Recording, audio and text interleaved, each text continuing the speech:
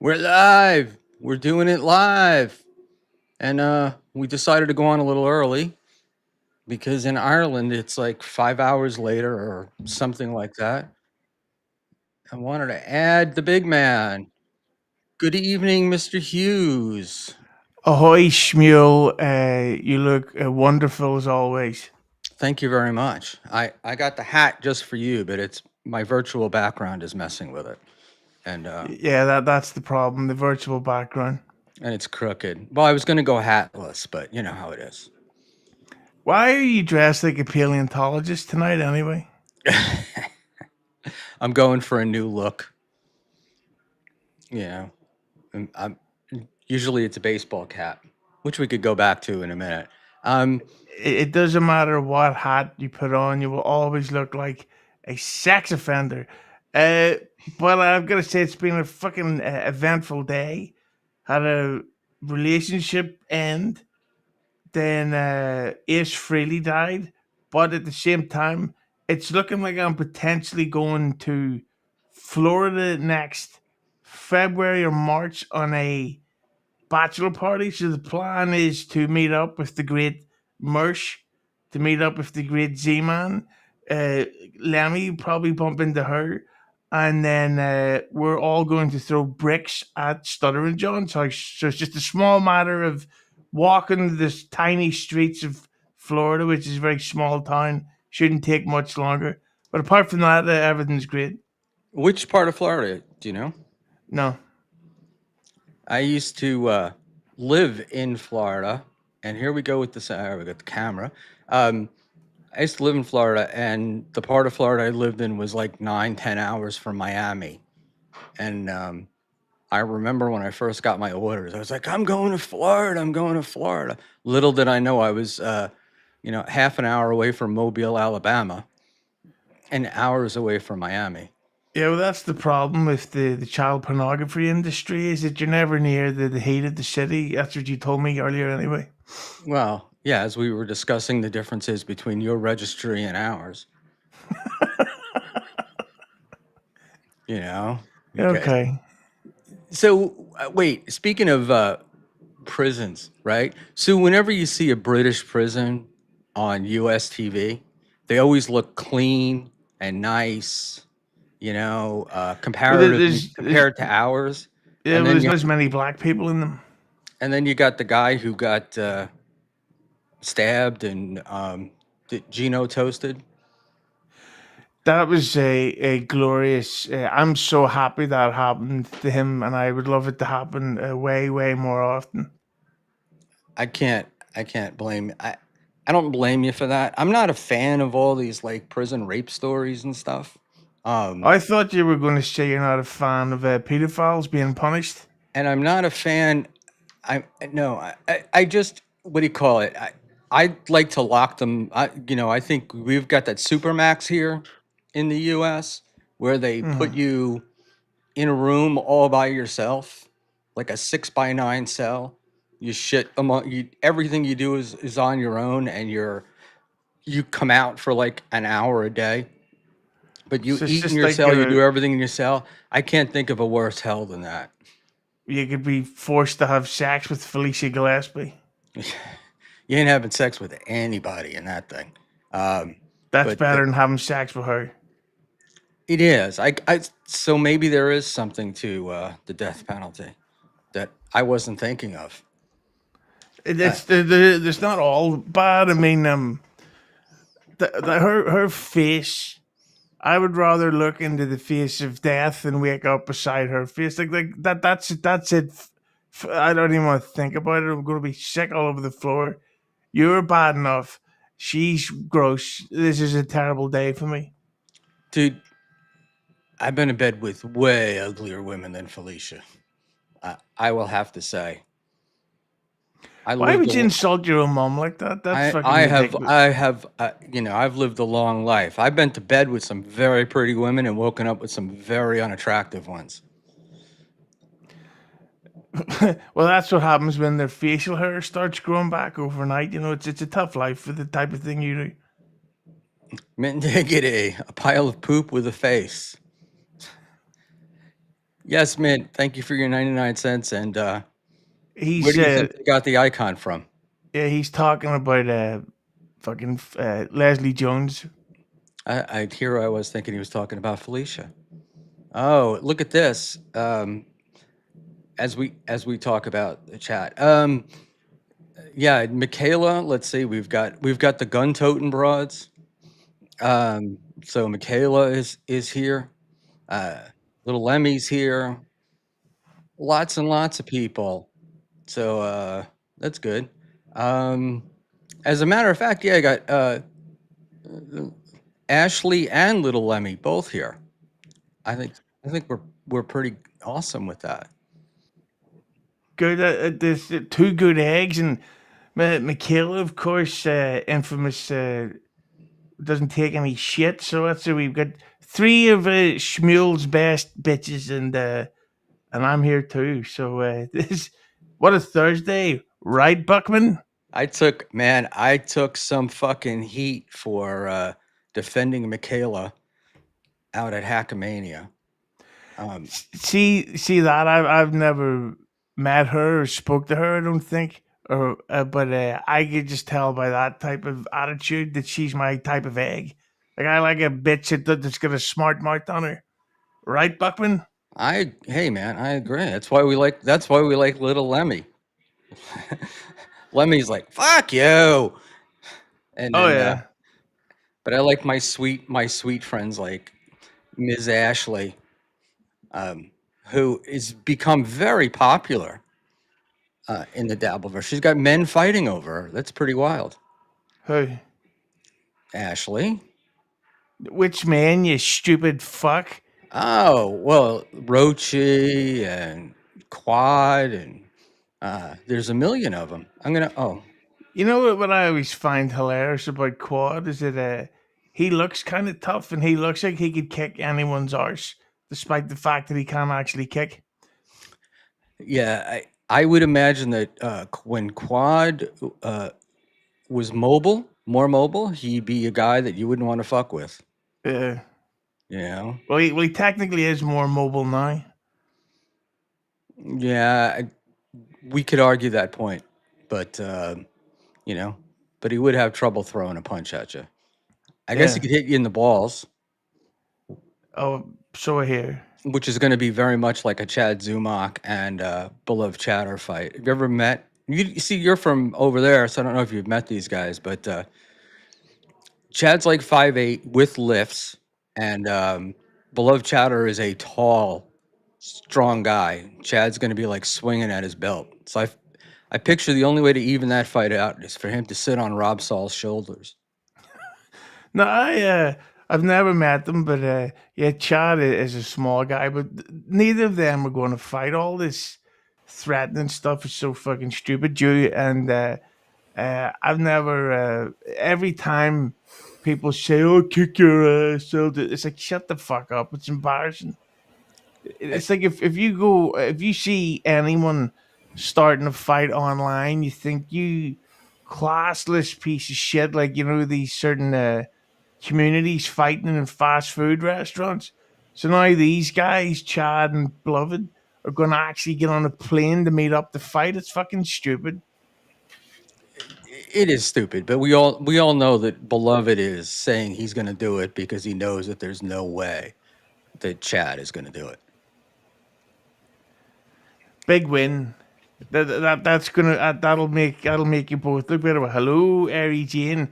Harry By the Jane, way, uh, yes, Ari Jane Adam has also Hello. taken up the Sora app. Oh, I've we're gonna noticed. one Yeah. second. So, Oh, Ari, what the fuck? I'm sorry, I didn't know you were talking to Adam. I hadn't introduced him yet. Aren't you going to introduce me? I was waiting for you to finish. I wanted to do Harry Jane's 499 chat, and then I was going to introduce Aaron. Yeah, and his name's Adam, and I was Adam, yeah, and this is going great. Jesus fuck, we're already starting off. This is like an episode of BYB. I'm going to go Jesus. shit in a cooler. All right, go ahead. yeah. Well, yeah. So Ari Jane has been doing the Sora AI thing, and it's between her and Adam at the minute for who's using it the best. Oh, thanks. And I was Hey. going to mention, look at this. 2 Adams on one Yes. episode. This is fucking mental. We're going viral right now.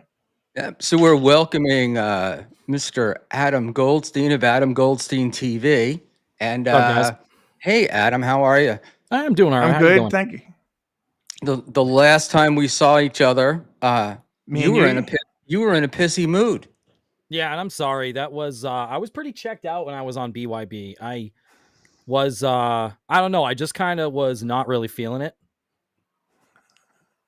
I would just be fucking exhausted when I would stream late at night. And Derek, who I like, don't get me wrong, I like Quad, but not talk shit about him, but he would promise that he was going to talk about stuff like Mersh and stuff I was interested in, and then it would be 7 hours of these other guys that I don't really follow, so I would You drop know, off. Yeah. My it's bad. so funny that Lemmy was just in the chats. I was saying to her the other day that I was out on Sunday night and I checked my phone and then Quad was doing BYB and he was talking about Chad. So when I got home I got in the shower, it was like an hour and a half later, and I opened my phone and he's still talking about the exact same fucking topic. Right, so it's not just me, right? Yeah, like No, for it's Okay. no. Right. and then he'd watch like 4 minutes of this 1 hour long Chad stream. And it's like this is like there's breaking it down, and then there's like Yeah. yeah. No, I hear you. You can't examine every single molecule of people like Chad, you know. Yeah. Why the fuck is Chad blinking? That's gay. I think Chad's coming out as gay, right? Yeah, I don't know. It's just I actually enjoyed some of Chad's shows. I didn't really hate Chad as much as everybody else did, but I thought the steel toe shit was always way more interesting. It will, especially today. He's Oh yeah. right now. He's in prison, sucking dicks so that he can use a phone. Oh, he didn't want to drag it out for another 6 months. Do you know what's so dumb? Why the fuck would you not want to get it over with? Like Yes. once it's done, it's done. I'd be like, give me the 8 days last week. Just I'll fucking do it. report to prison. Don't be a friggin' dork, and you'll be fine. I feel like if you keep to yourself, it's, you know, just get in there, I would want to get it the fuck over with. Absolutely. Yeah, sleep it out. It's like I was on probation for about 18 months for silly stuff that was everybody else's fault but mine. And it flew by. It was Yeah. like all you gotta do is don't do anything stupid. And it's like I'll try. Although there's no way Aaron he's not going to be able to get used to not getting up and streaming, so he's going to have a difficult first 48 hours. Yeah, I wish the court would allow him to stream from prison, because that would be some fun shit. That's what we need is the prison. Yes. You know what we need to do for him to be able to phone, and he's literally phoning into to a podcast, so he's still keeping up with his toe audience. Oh, this really? is what we need. Block him. Yeah. Block Dane from the chat. Dane. Well, Carl has to give Aaron $100 towards his canteen, and I don't know if that includes phone calls, but I think they like tack on tons of money. Oh, a phone call with Carl, that would be an interesting WATP episode for sure. I think Carl could make that happen. Do you think Aaron is going to be prison raped? Honestly, probably not. I mean, he's not really, it's not like he's that attractive, but I don't know, maybe 10 years ago. But honestly, I think the biggest loss, the real reason why this sucks more than anything, other than the fact that it's going to ruin his whole life and his professional career, is just the embarrassment. I mean, talk about an L. You think about people getting trolled on the internet and getting lolcowed. How many people have actually been sent to fucking jail because of like a trolling situation gone wrong? This is got to be like the worst thing. That's one of the worst things that's ever happened to a fucking streamer, right? This is up there. This is officially the rock bottom of the Dabbleverse. Like Stuttering Johns never went to jail, even though he should.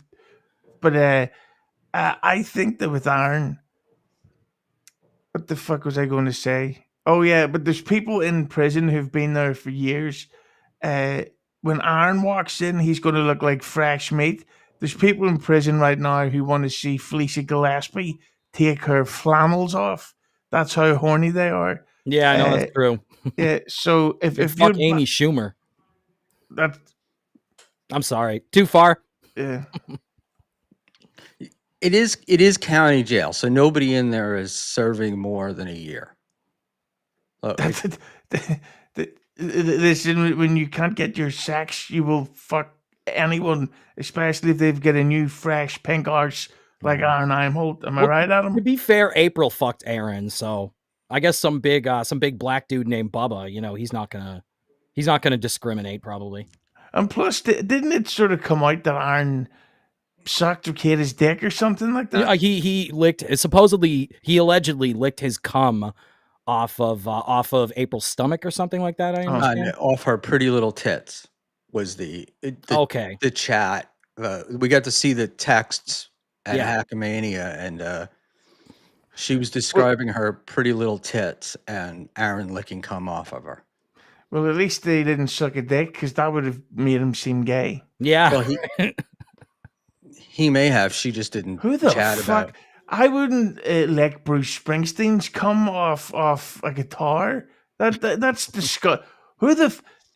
Did you think Aaron was standing there with the big heart on, going, "Well, what do we I do don't- now?" I don't know, but I hate thinking about this shit. This is the part of the story that's like kind of too gross, but Yeah, it's train wreck. It's just everybody's talking about it. that's People the can't stop problem. fucking focusing on this. When I accidentally watch porn and I hate it, it's the worst part of my day. And when the cum shot, it's like, right, I can't watch this shit anymore because then the camera just lingers forever. It's like nobody in real life would fucking come in a woman's face and then just stare at them like this, like Yeah. like fuck this. Think about how good it's going to be when AI gets really good and you're going to be watching porn of you fucking the girl in the, you know what I mean? When you're going to be immersed in it, then it's going to be awesome. Oh, And they're it's gonna going to go. be We can't AI, make that picture. Yeah. AIDS. But that's the thing about porn. That's always I've never understood when they would show you the close-ups of the stuff because we can't see that when we're having sex in real life, and it's kind of fucking gross. Like, who wants to see a ball bag swinging around? Yeah. Technically, doesn't watching porn make you a cuck in a way? Because the woman who's getting fucked, she's kind of like your girlfriend. You want her, and then you see someone else fuck her. It's a little, yeah. I never thought of that. That's See, why I of stick to lesbian porn. course you Fun. do. Why? So you can finally have the biggest penis in the room? But just No! butch lesbians though. Yeah. I got a thing for the what do you call it? The ones that talk the other one into it. First Rapists? time. It's almost like when you get dessert at a restaurant, you're like, let's get it and split it with 2 spoons because we're terrible. Yeah. And they're so bad. That's like the great. They're such poor actors. It's just like Yeah, well, I mean, they don't really go for a lot of takes on the dialogue scenes in porn because no, it's no, no. kind of not important, and it's just sort of quick. Hurry up and get this fist shoved up your cunt. That's what they want to see, and take your, Yeah. your jangly bracelets off and cover up that mark where we can see where your pimp was hitting you. I got the new Actually- Indigo Girl CD. You want to listen to it? Do you have favorite porns, or do you just watch new stuff all the time? What do you mean, actual film or actors? If you're watching porn, right? You just to me, it's like you just find something that looks interesting, and that's what you watch. But I am always blown away that guys know the names of porn actresses and what films they've been in. So I don't know. I don't know that I've ever seen the same person more than once. Or you start to recognize them, but I don't know their names. Oh, that's a complete lie, and you're Well, lying. you watch The Godfather, 2 or 3 times a year. You Do whack off watching do The you Godfather. do you go back to your favorite porn like you do a good movie, or I heard you watched a porno called The Stepfather. The Stepfather? No. Yeah, I and bet- I heard Aaron's in jail because he got caught with a file called The Badfather on his laptop. So that's going to be awkward. I'm But- I'm basically into century sex at this point. I have a weird relationship with a relationship with a porn star because way back when, I used to date this Asian girl who looked exactly like a porn star called Kobe Tai. And it completely fucking blew my mind when I met her because I was like, you know, you really look like somebody else. I wasn't going to admit to it. So it's weird when you see her porno, which I accidentally see.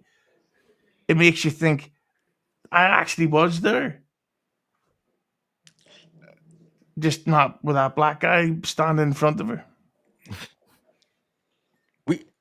We get it. I've never really been into the porn thing because I'm always like, I always think I'd like the possibility that there's a possibility that that woman would actually date me or go out with me or sleep with me. And And then she gets I cum all watch over her those things face. and I'm And like, it just that doesn't happen. That's never going to happen to me. Why even bother? You don't believe it's real. I know, and Yeah. I never believed wrestling was real either, but because it's not. and so didn't watch it. Wrestling's not real. Hang on. So when you watched, so you worked out that the Undertaker wasn't actually a zombie who learned submission holds. You worked out that that was fake. See, I wouldn't have even known that the Undertaker was a zombie. That's how little I watched wrestling Why did you think he was called the Undertaker? because he was a mortician, No, not a zombie. because he takes you under with. I don't want to get into it. Let's get back to talking about porn. You didn't even Ah, know who Jenny Jameson was. I did, I guess, from Stern, right, and I would know some porn names from like Opie and Anthony, but um, I was never watching. I wouldn't watch films to learn the actresses' names. You I know. remember there being not. There's a porn star, a woman called Sydney Steele, who has a shocking resemblance to Gina Levy. And I just worked that out the other day where I realized that's why I would fucking fuck this shit out of Bob's wife. Like she's something else. All right, Ari Jane, thank you for the 4.99. Air For the Jane, what's up? record, I'm not daring to compete with Adam. It's like comparing a peach to a bratwurst. That's a That porn sounds like reference for something you sure, would. right? Yeah. Adam, for real, Am I the is a pro. bratwurst? Oh, thank you, Ari. Appreciate it. Well, you're not the peach. I hope not. I'm not Aaron.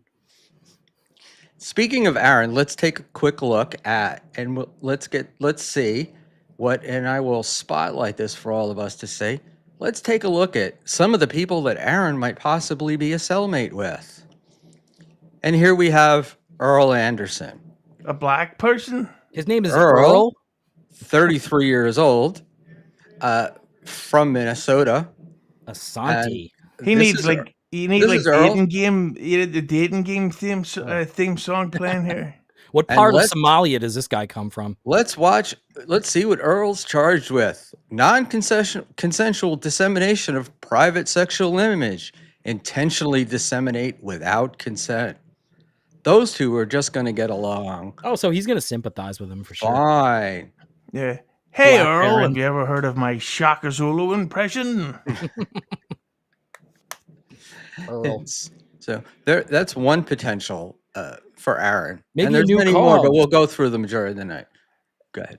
That does seem very likely that he's going to come out of here with I've got a whole new show concept, and I think that's what we need. We're going to get we're going to get a tattooed up Aaron who's going to be the toughest he's ever been, and he can He's kick gonna be- everybody's fucking head in. He's gonna be street cred Aaron now.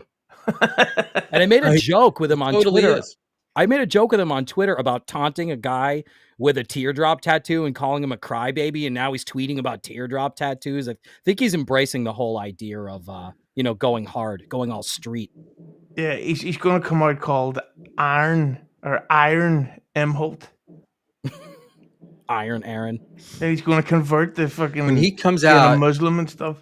you're not going to be able to listen to him because he's going to think that he's going to be the tough prison guy, right? He already talks about how much he's lived life and none of us have.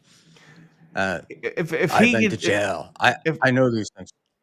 if he gets prison raped, he's going to be fucking unbearable.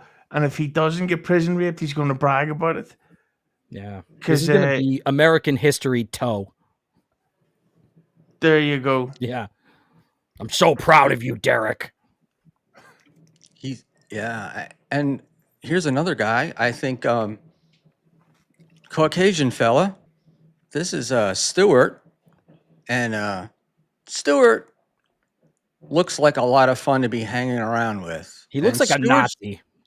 Stewart's charge: murder in the second degree with intent, not premeditated.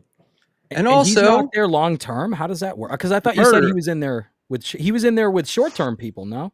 Yeah, because they're in jail, so he's just been Oh. charged. He hasn't been convicted yet. Oh, so he will be in there with fucking murder. Oh, that's crazy. Yeah. Well, see, that'll be lucky for Aaron though, because I could just tell by looking at that guy's face that he's had a long time subscription to Compound Media. Yeah, he's So- got to. What Aaron's got to do is kick that guy's ass in his first day, and if he does that, then people will respect him.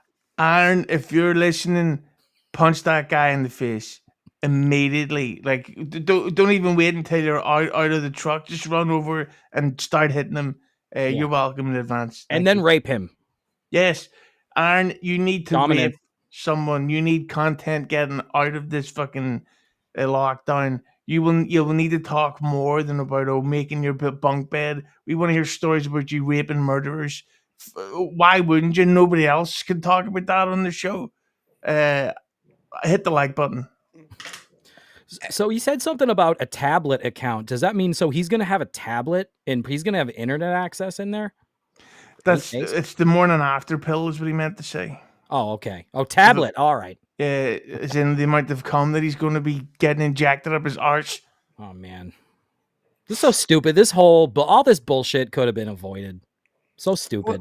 Well, think about all the stuff that Rekieta was charged with, and Rekieta pled guilty to, and hasn't done a day in jail. That's true. But I think Rekieta probably played it smart as far as like not saying as much. I think the problem with Aaron is just if he didn't run his fucking mouth, he probably wouldn't be serving any time. It's because of the violation of his conditions. Well, that's what I said about, people were abusing Todd V. Peterson, Aaron's attorney, and I feel like Todd negotiated Aaron a pretty good deal in the beginning. Pay $50 and shut your mouth. And he couldn't shut his mouth. Yeah. I genuinely think that if something does happen to Aaron in prison, he's going to be thinking of who he can pass the blame on to, and I think he's going to end up trying to unalive Gino. I don't see that happening, but if he succeeds, that means Keanu's single, which means Stuttering John, will straight ahead be in there. Thank you, little Lemmy, for the $5. Hippo's character head pops out of water, surrounded by his hippo squad. Is that the Beatles? I don't understand the reference. That went way over my head. Damn you, Lemmy. I do like hippos, though. Hungry hippos? Hippos are considered one of the most dangerous animals on the planet, by the way. Yeah. And so I think what Lemby's saying is, the hippo's sitting in water all looking nice, and head hippo pops a head out, and it's over. Oh, basically about Aaron and Jill. I think so. I'm guessing, but Lemmy's free to. She could even send us a free chat with. It's a super sticker. It's a bit. You know what this reminds me of, though? What you were saying earlier reminds me of a quote from Confucius. He who represents Aaron Imholt has a fool for a client. Hey, Dean, we couldn't see the fucking super sticker, you Perth, Australia, Galloway scumbag cunt. Ooh, Perth? Ugh. That's where Dean Galloway lives. No. And for $4.99, we're putting it up. Yeah. I say we dox Dean's Facebook page and look at them private photographs. Yeah, you're the one who doxed him originally. I remember that. Never. I hate Perth, and I don't respect anyone who's from there. especially if your name's Dean Galloway. Okay, it's got to be From easy Perth. to find those details and share. Scum. Yeah, that is blowing me away. Um, I don't think Aaron, I think the first night Aaron that they closed the door on Aaron, he's gonna be like fat ass and what was that Shawshank Redemption? The one guy who Yeah. just can't shut up and is whining. Yeah, no, he's got to be sitting there at night because he won't be able to check his Twitter. He won't be able to go on YouTube, and you know what's also going to happen? Something fucking massive in his world that he won't be able to jump online to take super chats and donations over, and it's going to drive him fucking insane. Well, not to mention the lack of alcohol too, because if he really is a heavy drink, and I don't really know how. I'm talking to someone from Ireland here, so I don't know if you would consider him to be a heavy drinker or not. But to suddenly not be able to drink, like that's gonna definitely take a physical toll. And then he's on probation for 2 years afterwards. So if they do alcohol monitoring, I don't know how I could fucking do that. That's pretty crazy. You know, he's completely fucked. His whole life Oh, is fucked. Like all of his hobbies will be gone. Simply the fact that he was in jail. A lot of his conservative friends won't want anything to do with him. yeah. Uh, like I honestly think he should consider. Well, he won't retire, but his show is fucked as well because YouTube has a policy where they can kick you off YouTube if you do something in real life. So Oh, really? even if you don't violate their terms, they'd be like, Goldstein got caught with a cheesy pizza pornography factory. Kick him off YouTube. All It's right. I'll be 1 second. I just gotta go delete my hard drive real quick. Prank caller, prank caller.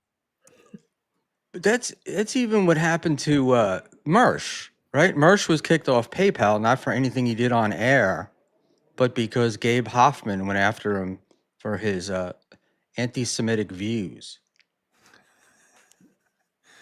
yeah, and it's good to see the merch is growing out of that phase.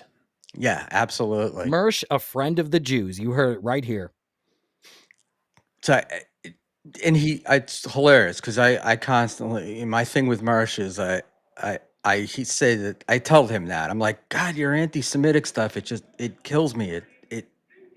I try watch and he does not give a fuck. Like the night that Charlie Kirk was shot, he's like blaming Israel. Yeah, I mean, I like Mersh. I definitely like his show. He's been good to me, but he is a little kooky.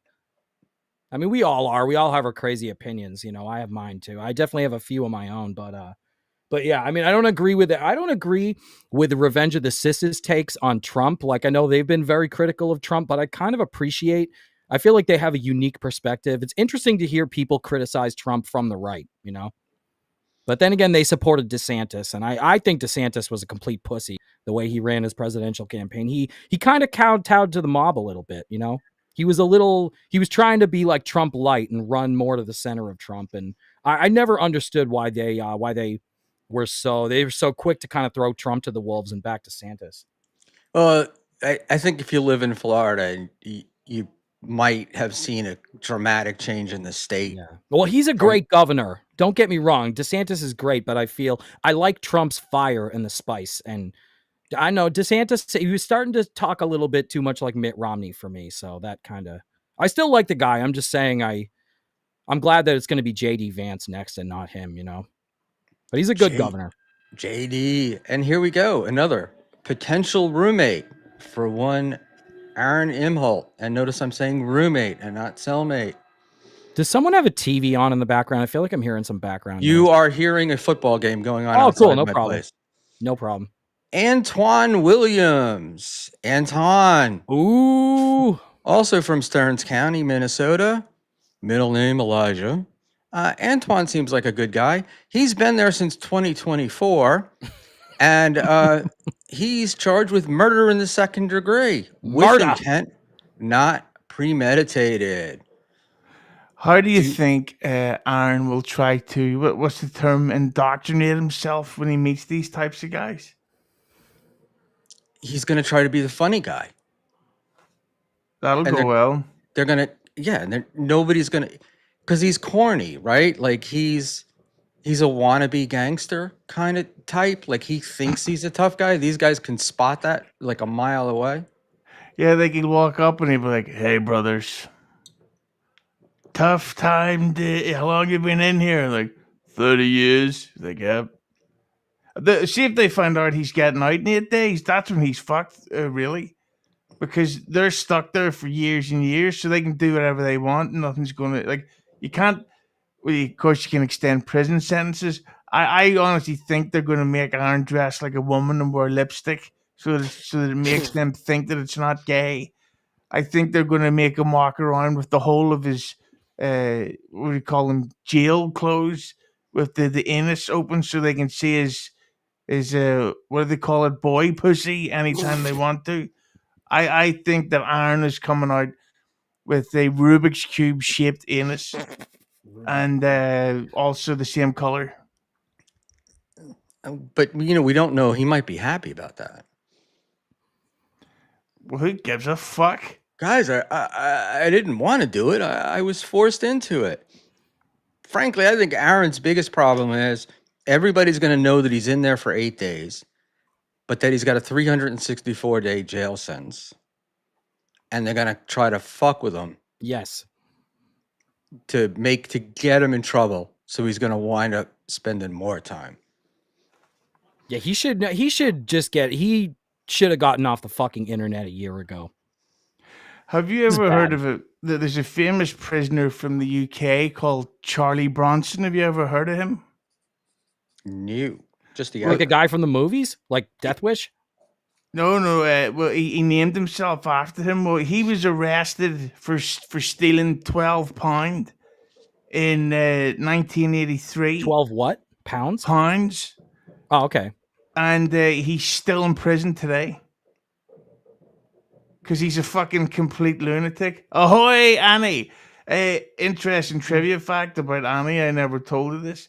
I was massively heavily drinking last Christmas when I went on her stream, and I stopped breathing for a couple of seconds, and I had a panic attack. And it was all caught live on camera on Annie's show.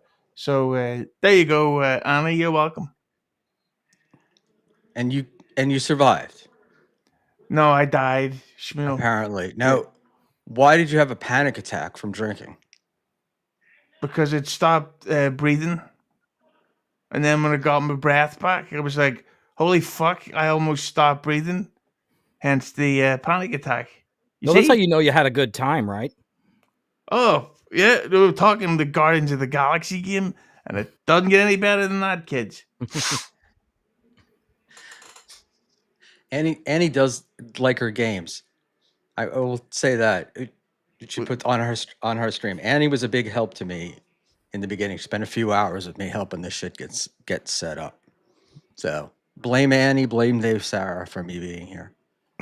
I had another thought about Aaron too. Is he was talking? I saw a tweet where he was talking about loading up his commissary account. I understand that a lot of people that are somewhat not that he's high profile, but a lot of people were saying that someone like Danny Masterson, for instance, is going to get bullied into giving people, like he's going to get extorted for money from his commissary account to other inmates. I wonder if that's going to happen. Especially because Aaron is a braggart, and I said braggart with a B. So he's going to act as if, oh yeah, internet show, radio show, big YouTube numbers, all that stuff. Little does he know he's doxing himself to these homies who are going to fucking. They're going to show up in the chat and be like, I made Aaron my bitch. And then they're going to have pictures. They're going to have proof. Aaron sucked my dick for a Twix. Well, it's going to be funny. He's going to give a version of events. I think you're right about that. He's going to go live as soon as he gets out and go, oh, yeah, it was no big deal. I was cool with the guards. The guards were like cool with me. I was doing blow with them. And then that would be interesting if he's stupid enough to kind of let worlds collide and then get, you never know. You might get some reports. I wouldn't be surprised if Patrick Melton has somebody implanted in that jail just to troll Aaron, not to shank him or do anything crazy, but just to fuck with him and, just get like a viral moment that he can report back. Yeah, he's like, yeah, some big giant guy came in and told me that he was going to rape me, and I'm not afraid. So I just stood in his face and I said, yeah, for how long? So I let him do it, and it wasn't rape. I said, yeah, I don't give a fuck. How about it? Yeah, you can't rape the willing. Yeah, I wanted to catch AIDS when I was in there from a 9-person gang rape. That was my goal, and I hit my goal. And you can hit the like button. This He guy, he's in for a tough time. Yeah. He's definitely in for a rude awakening, unless because it seems like he's posturing. He's just trying to save face and make it seem like it's not as bad as it is. But I'm really starting to think he really is delusional. Like he really believes that this is a win. Do you think that? Do you think he really? How delusional do you really think he is about all this? The fact that he's gone to prison for a very avoidable crime is a worrying sign. Like it's very simple. If you're getting in trouble for having nudes or sending nudes, and delete everything from your phone. Delete it and get one of those shitty cheap burner phones. Like just don't put yourself in that position where Yeah, you can. And it's just and the fact that he did it on the air and then he kept speaking about it, and then like the Gino stuff is it's almost Gino fucked up so much. It's almost like Nick Rekieta was paying Gino to be like, go on the stream and fucking dox some type of this type of information. yeah, I just can't believe it. And Gino's so either so fucking stupid or so obnoxious that he just doesn't give a shit. yeah, Like Aaron's no saint, but Gino has fucked Aaron's life up, yeah. and just like a lot of bouncers fucked Gino's wife. You don't think that? But did Gino fuck up Aaron's life, or did Aaron Aaron helped that along, right? Because Yeah. Aaron wasn't slowing him down. I mean, the real thing what Aaron did, and it took me a while to understand this, is what was really bad about what he did is he was the reason why he sent the text on air. He wanted them to know. He didn't want them to know. He wasn't saying it explicitly, but he wanted to cause Kayla and Nick distress. Like that was the whole reason, and that's the whole point of Revenge P. Isn't just it's not just like, hey Hughezy, I fucked this chick. I'm gonna send you a picture. No big deal. If I trust you, then it's not like sending it to one picture, even though sending a picture to one person, even though you're not supposed to do that, technically, but to bring it on the air, he wanted it to be out in the zeitgeist. He wanted to make them sweat. He wanted to make them distressed. And I, that's a little psychotic. And I think also ratting out Nick, it's like, what the fuck, man? Like yeah, you cooperate with the government. I think that's gay. Like I just think with Nick, it's like I think the worst person in all of this is the government. Fuck the government. Don't fucking snitch on people. I think that Aaron has suffered a terrible case of what I would call the not gays, and that he wants people so badly to Speaking of Wops Ahoy, uh, hack the movies for $5. I don't care if you're Hughezy, and I think you should be in prison with you Aaron. gotta Magneto Google. rules. Oasis sucks. Dark Yeah, Knight rocks. Is that you the got, real hack Schmuel the movies? rules. Nice. That is the yeah, real hack the movies. Who yeah, refused to come on here tonight because you were on. yeah. Doesn't want to come on because he's avoiding Dabbleverse drama. So he's tweeting Stuttering John and super chatting him shit and clipping the super chat reactions. That's Yeah. that's Tony, the guy who only person I know who went to the gym and the only part of his body that became thin was his hair. So Yeah, people don't want the smoke from the Dabbleverse, but they want the clout. They want the numbers, they want the clicks, they just don't want the aggravation that comes with it. Well, too bad. That's not how it works. Welcome to you're the either in or internet. you're out. And Annie Orion, thank you for your $3 super tip. This is for Hughezy. I'll make sure that he gets it. Thank you. But yeah, no, but Aaron is got a really bad case of a thing called the not gays, where he so desperately wants you to think that he's straight and tough that it's backfiring on him, and he's threatening people in the boxing fights, and he's fucking uh, doing all this kinds of stupid shit. Like it's ridiculous. Like hopefully he changes when he comes out, but there's part of me that hopes that he's actually worse when he comes out. if he's changing for the worst. But let's go with I want to read Chris Mack here. Now, those three people were living atrociously, and it is probably a net positive for all of them and the kids too. Things happened the way they did, but still, Aaron acted like a total pussy. Uh, Yeah. Yeah. can't I look? That's you think that, or Adam, you said that you thought that he was Which one? doing that to make Rakeda hurt. You know the picture of Kayla, whatever her name. Um, I KR. got I got the feeling that he did it because his wife was stolen away from him. Yeah. And I can understand, like, it must not feel good to really have your wife stolen away. But the thing is, when you're a cuck, here's the thing: women can always make a fool out of you. And that's the thing. When you get married, even if you think you love a bitch, they can always leave you. They can always fuck somebody else. In the end, you really can't control what they do, but you can control what you do. You don't like being a cuck and co-signing her fucking someone else. That's what makes people lose respect for you, because you went down a road that, you know what I'm saying? It's like, it's the being a cuck. It's not like, it sucks. Women cheat, they go off the reservation. It happens. But to just let it happen the way it did, and then the way he was clearly seething. When you're doing something like that, I'm gonna fucking report them to the police. That's psychotic. Just fucking move on. It sucks to have your heart broken. It sucks to have shit like that happen, but be a fucking man. Yeah, but also don't get into fucking cockhold relationships. No, it's Like, sick. yeah, if you start getting into that stuff, or there's even talks of, have you ever considered swinging? Just fucking break up, because Yeah. obviously it's how do you recover from that? And Nick Recator, by the way, really shouldn't be so smug about this, because at the end No. of the day, Aaron still fucked your wife. They're both cucks. And it's why would you want to debase yourself and your family like that? And I'm not even trying to be judgmental. It's not even about judging people. It's just realizing this is not a healthy lifestyle. It's the same thing as the transgender shit. It's just What? not, it's not, I'm just saying it's not a sustainable thing. Being a cuck, being a tranny. And I'm sorry, I don't know if I'm like fucking up your TOS right now, but you know what I'm saying? It's just, this shit is not healthy. You can't build I a stable society on this kind of shit. I would rather have transgender people than fucking Ed Sheeran fans running around. Well, at least they don't have kids. Well, I guess never mind. I don't know what I I'm don't talking about. mind them for now, but I don't have a problem with them personally, but I'm just saying, uh, like, when you talk about in America, like the kids that are being sexualized and confused, like, it's just, I look at let, it.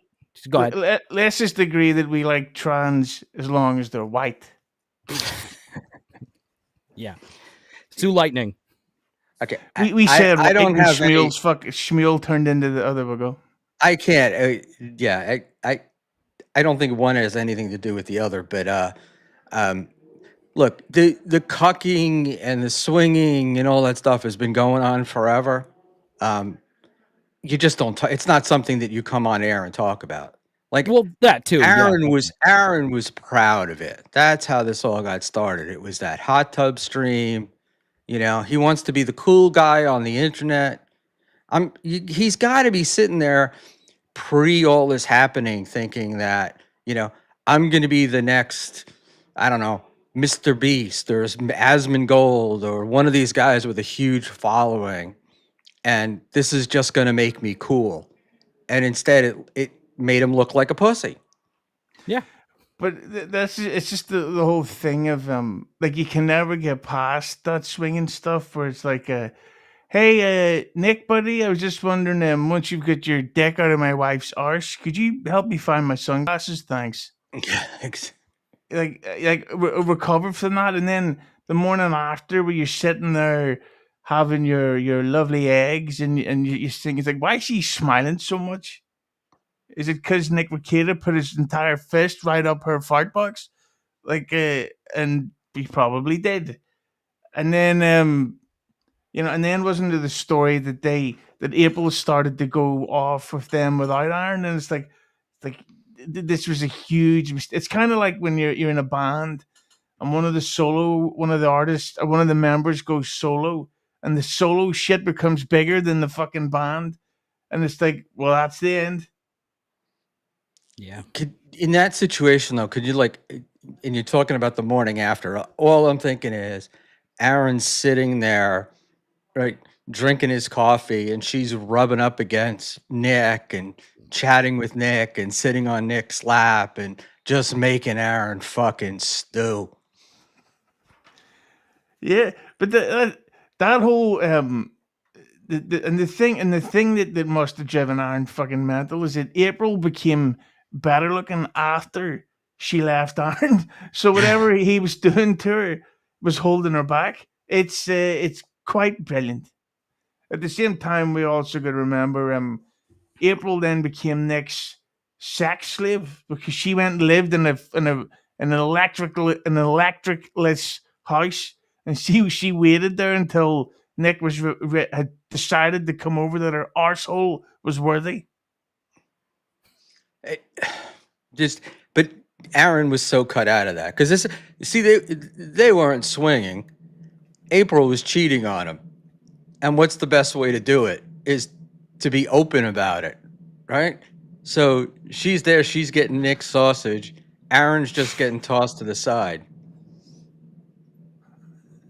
So is that how it all started?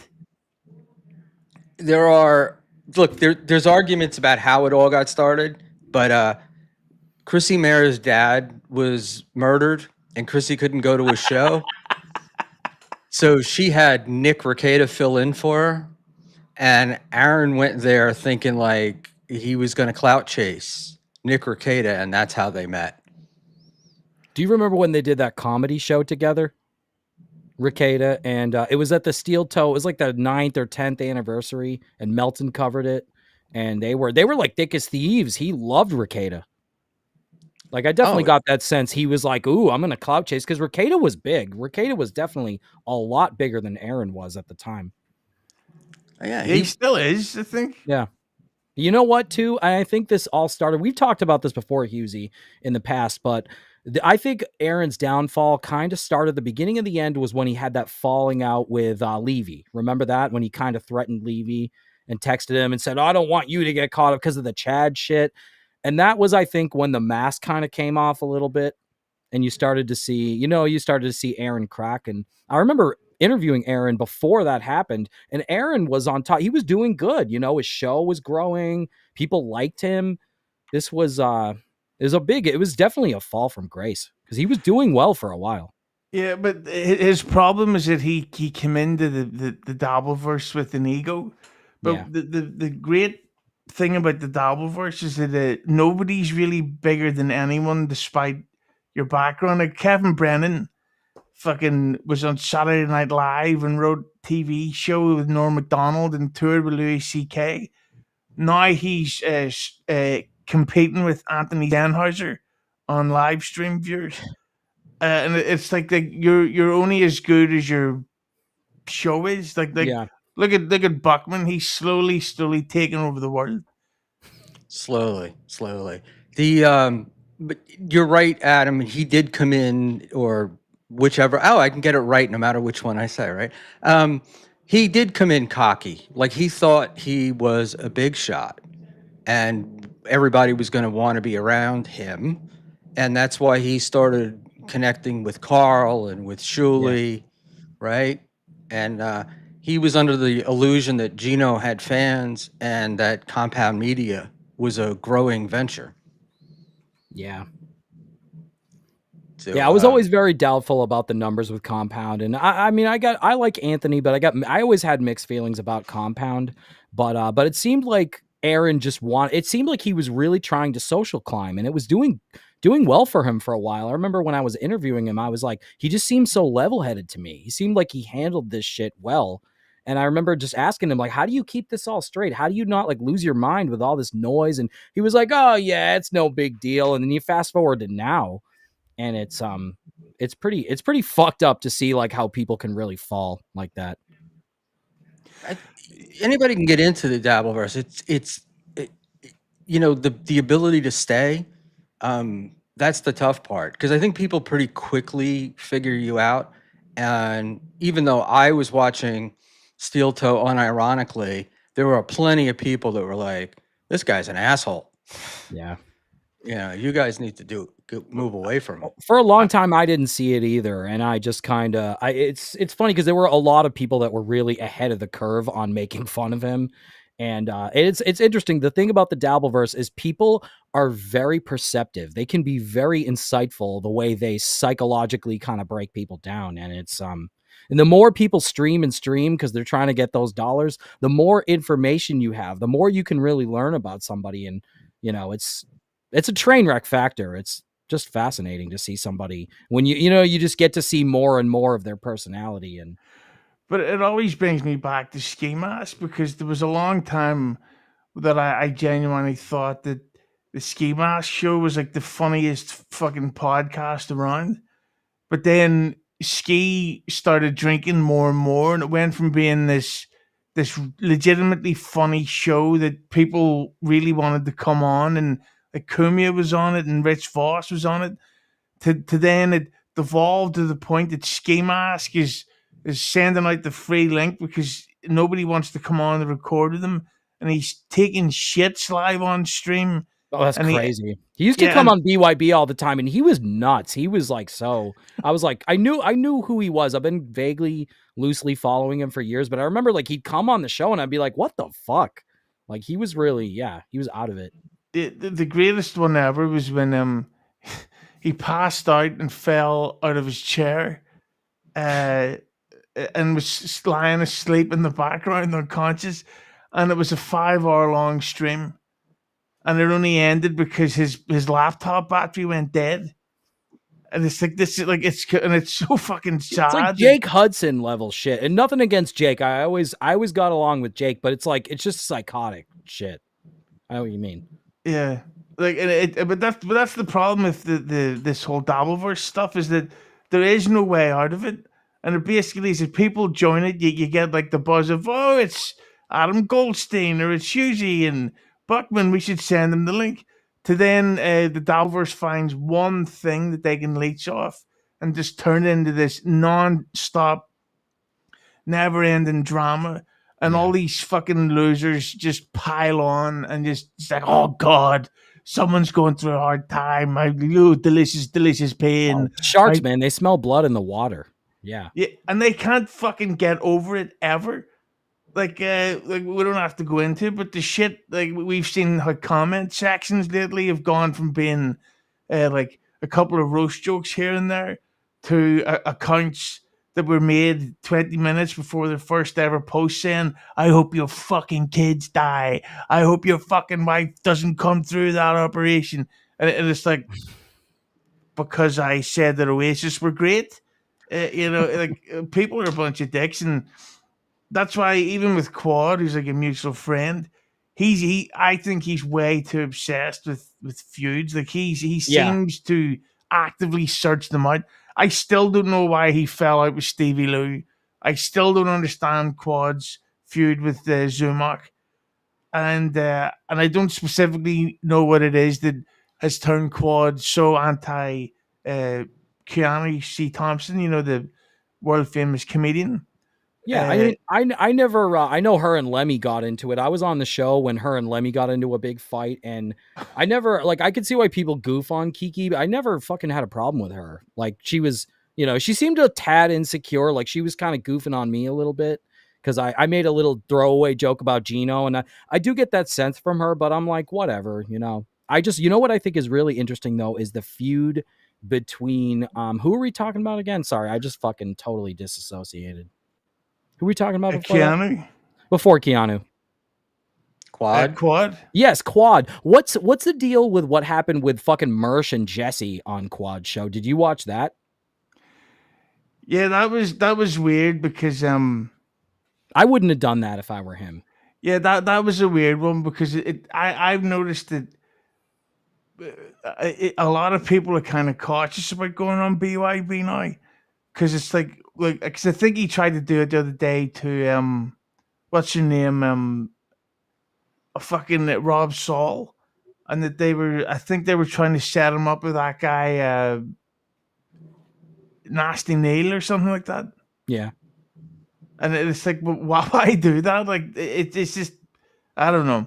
That's a Uh, problem. If you just burn people too much, eventually you will alienate people and people won't want to come on. Well, Mersh did. I thought Mersh handled it the best, though. Where Yeah. he just got off. Look, I'm not going to do this. And we've had Jesse on before. I was on when we had Jesse PS, and I don't know. I felt like Derek was if I were Derek and I got Mersh, because Mersh is very reclusive, or at least he used to be, and he would never ever come on these fucking shows. If you actually get him to come on, I would have just had an interview with Mersh. I think that would have been more interesting than your little viral moment. Oh no, here's Jesse, and we let him on the show. And it lasted 2 seconds, and then Jesse shit on you, Mersh shit on you, you know. I don't know. To some degree, this business is not business, but I'm just saying the whole streaming thing. It's it's about relationships. yeah, like I don't like to like. There's definitely some people in this group, the community that I fucking do not like. There you go, But Sam Bibley. I just looked at Adam Goldstein channel. I'm totally getting the joke about him advising what other channels should be doing. Hey man, you could say whatever you want. I'm just saying I've been in this Dabbleverse shit for a while, and I think I have some insight into how some people like Aaron should probably not be streaming anymore. yeah, but it is just like I think it's starting to get to a very unfun stage I'm where it's fading. like people need Yeah. the shit for the content for or drama for content. It's so serious now. I like with WATP when I listened to it back in 2020, 2021, like it was a lot, like things were a lot more comedic and it was just stupid and silly and fun. It was an escape. And I feel like now with the Dabbleverse, like shit just gets real. It's very different than it used to be. Yeah, like there's gonna be like you just know there's gonna be a Dabbleverse murdering. Someone's gonna get shot or stabbed. Like that's inevitable. Who, Ricada? Uh, something's gonna happen. There's gonna be Yeah. a feud that some lunatic takes so seriously that they fucking end up getting physically violent in real life. There may be an R happening to someone because that's the problem with the Dabbleverse. There's not that many women in it, but I think we would all agree that pretty much all of the women in the Dabbleverse are good-looking hoes. So when they're surrounded by all these fucking weirdo intense guys who are like, oh, back in the day you could say what you want, they're gonna get one of the ladies is gonna get fucking hurt next, It's not for the meek. and it'll probably be live streamed too. Yeah. Hopefully. It kind of reminds me of the the Opie and Anthony subreddit, which is I think a lot of where that's actually where I discovered WATP and how I kind of got into the Dabbleverse. And I remember one time there was this girl who posted a picture of herself and said, "Yeah, there's a girl on the Opie and Anthony subreddit. Isn't that kind of cool?" And she thought she'd be accepted. And the shit they said about her, it was like, holy shit. It was really crazy. So I think there's people that walk into this universe not fully understanding the nature of it, and they get a very rude awakening very quickly. I love the people that I've met at Dabbleverse events, but there are not a lot of women. And a lot of these guys don't look like they've come close to a woman, except maybe online at the store Yeah. in quite a long time. If they even go out. That's another thing because the great ski mask used to always yell at people, "Leave your house," and not a lot of people seem to do that. Like Adam's been on a fucking casino tour for about the last year, it seems. Yeah. Like he's a notorious house leaver. It's my happy place. Yeah, where sometimes you'll get these fucking people who just seem to have 24/7 free time to stream or jump in the chat. And I think it's a shame, especially with Ed Sheeran being back on tour. I get people who will send like, oh, I'm going to send you the link, and I can't. I'm not home that often, and I have to go to work and I've got a couple places to be, and it's just like I can't set up everywhere. And then the one time I do it and pull over in my car and yell at Rochi, um, all I hear about is he's sparking out. He came on from his car. He pulled off the side of the road. Uh, but that's the way you're going to get me. And I also get the studio thing where people break my balls about not having a studio set up the way they want the studio set up. And I'm like, I'm in different places all the time. So it's kind of you get what you can get. Not everybody's fucking Red Bar when it comes to this shit. Yeah. What do you guys think of Red Bar? You guys ever watch him? Not in years. Yeah. Now, it used to be a lot better. I remember the show back in like 2018, 2021. Like around that time period, it was fucking awesome. What's up, Dan? Dan, nice podcast, stupid, for $2. Dan's a Hey, good Adam, congrats, Hughezy, on number 72 in the DV. Thank you very much. We're number 72. We're number 72. Why couldn't I have got 69? Just for the immaturity of it all. That's hilarious. That would have made my fucking day. That leads me into a question, though, right? Like, Oh, I don't great. feel like I'm in competition with anybody, right? I do this just because it's fun for me. I like doing it. I compete with myself, and people seem to really be in competition with each other. And I feel like this place is big enough, like the internet is big enough that there's room for everybody. You know, maybe someday there won't be, but that's where I feel like a lot of these fights come from. Or No, there's absolutely jealousy on numbers. Like if somebody gets super chatted a lot, then people want to come try and figure out ways to shut the show down. Or then if an argument happens, like if people don't get along, it's like, yeah, well, more people watch my stream than they watch yours. It's like, well, what does that mean? What was that going to do with anything? Like that's one of the things about my show is that it's not like the biggest fucking show of all time, but 9 out of 10 times I have a good laugh, except when you're on. But all the other times I usually enjoy it, and I don't want to be sick. I'm what do you call it? Okay. I feel the same way. I just but I do I like it when guys come after me and I'm like, you've got, 30 viewers. Why are you why don't you be worrying about your own stuff instead of worrying about what I'm doing over here?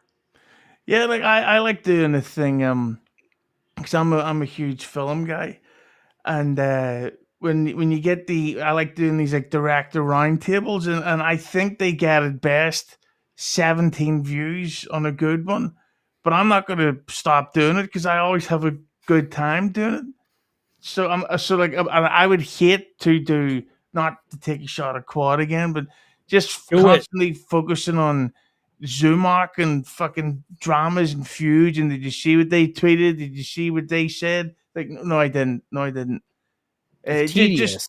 yeah, it does get tedious. It's like even it's like when we're going back to the porno. You got to mix it up. You can't just watch Jenna Jameson titty fucking the same dick over and over and over again. You want to mix it up, right, Schmuel?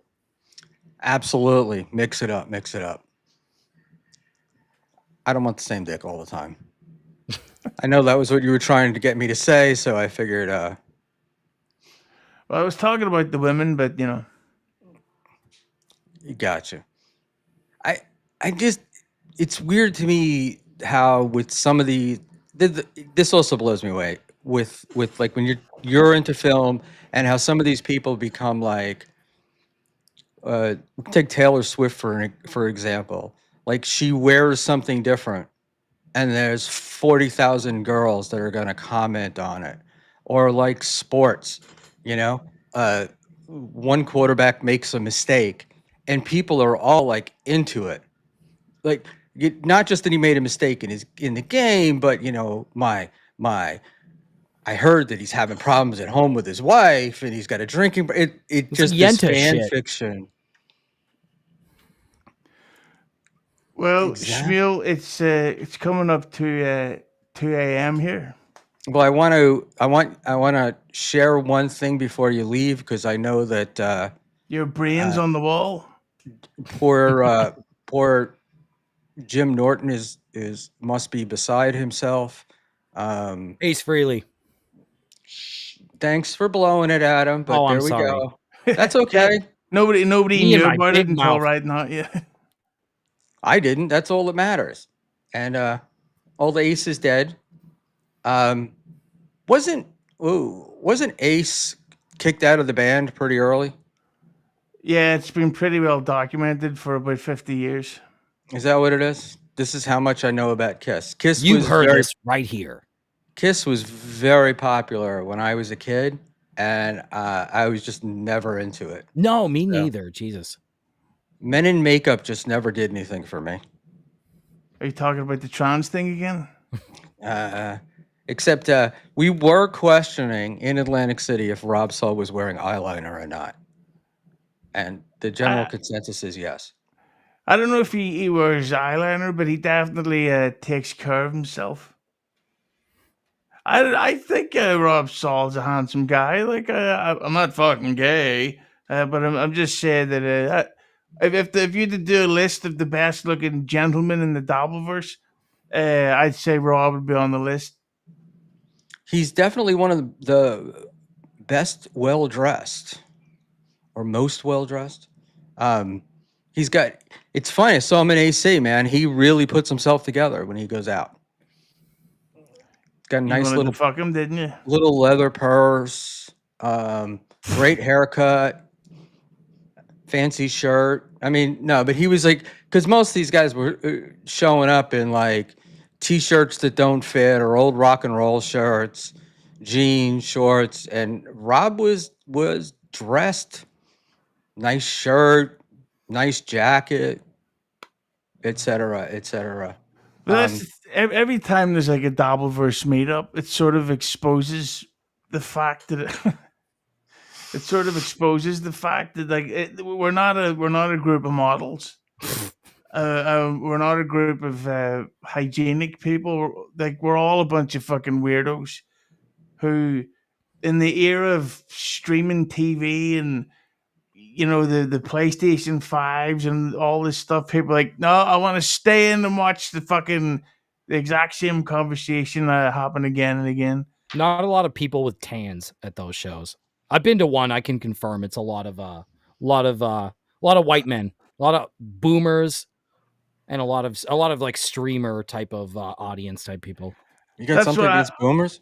That's what I'm amazed. There's been zero reports ever of Kelly being groped or felt up at one of these fucking shows because she's got shall we say curves, and you know what these types of fucking creeps are like. So The thing is with the women, though, the women are almost always there with somebody. Like they're not alone. Yeah, not a lot of single women. So you'd be if you were going to get creepy with somebody, or grab somebody's ass or something, you'd be risking it. all right, I gotta split. Hey, see you later. Take it easy. Take care. Hey, Hughezy. Well, we're going to do Hughezy's prompts. No, you know what? Hughezy and I were going early because he needed to leave early. But it is Hughezy Entertainment on YouTube and at the Hughezy on Twitter. It's actually in the description. I put both of you guys up in there. So let's do one more. Aaron Imholt, cellmate. And this guy looks like he's going to be fun. This is George Harris. Hi, George. George is 42 years old, comes to us from Stearns County. And George has been in since September 25th. And George is charged with murder in the second degree with intent not premeditated. So who's ever convincing Aaron that he's going to be sitting around with a bunch of DWI cases? Aaron, this guy's a crazy motherfucker. Just look at his eyes. I think you're in there. Yeah, I think you're in for a surprise. Yeah, damn. I thought I'd we're pulling some of those up. Some of them actually are pretty boring. They're like in for uh, DW. You can see it's like DWI and stuff. But I always wonder. It's like remember the TV show Oz? Vaguely, yeah. I think the guy first went in for a DWI and then just winds up being in there forever. And I'm gonna guess that some of that Dude. is gonna be. But look, there is one guy though I saw that I thought if Aaron were gonna be cucked, this guy made me think of the person that Aaron would be most likely to be cucked by, and this is Nicholas. And Nicholas comes to us also from Stearns County. He's 59 years Is old. that the guy who owns Stoney's Bar and Grill? I think the guy from Stoney's could Cheetos? look like Nicholas, but Nicholas would have to weigh about 200 pounds more. And Nicholas, like Aaron, domestic assault, misdemeanor, commits act to cause fear or of intimidate, bodily harm, or death. Oh, that's And nice. he's also there for a second degree. So another domestic, Jesus. alleged domestic violent offender. And let's remember, these people are all been charged with crimes. They're not guilty of them. Damn. So I think they're- I might just want to, not that I'm not as stupid as Aaron when it comes to just running my mouth and stuff, but you know what? Part of this, when I watch this, makes me want to delete my YouTube channel. Just get the fuck off the internet. I don't think he can stop, man, but he doesn't have he's got no other discernible skill, Yeah. right? Well, he's And never getting back on the fucking radio. That's for damn sure. no, After no, this? not it's a Fuck C no. unless it's a CB behind the wheel of it, an 18-wheeler, because that's about the only job he's going to be able to get. And I don't even know if he can get that anymore. Yeah. He'd be better off to just work at fucking Amazon. He would be a great car salesman. Like that's my Yeah. thing. I think that would be, and the thing about him is he has no shame. So he would be like one of those guys. He could work in a call center, make an outgoing sales calls, shit like that. Yeah. I had him on my show a couple of years ago before all this shit went south. He was riding pretty high when I talked to him. And like we were joking around about Fargo and about Minnesota and all those archetypes. He is Jerry Lundegaard. That's who he is. Yes. Shades Cal, domestic assault. Are you mentally ill? Where's the evidence for that?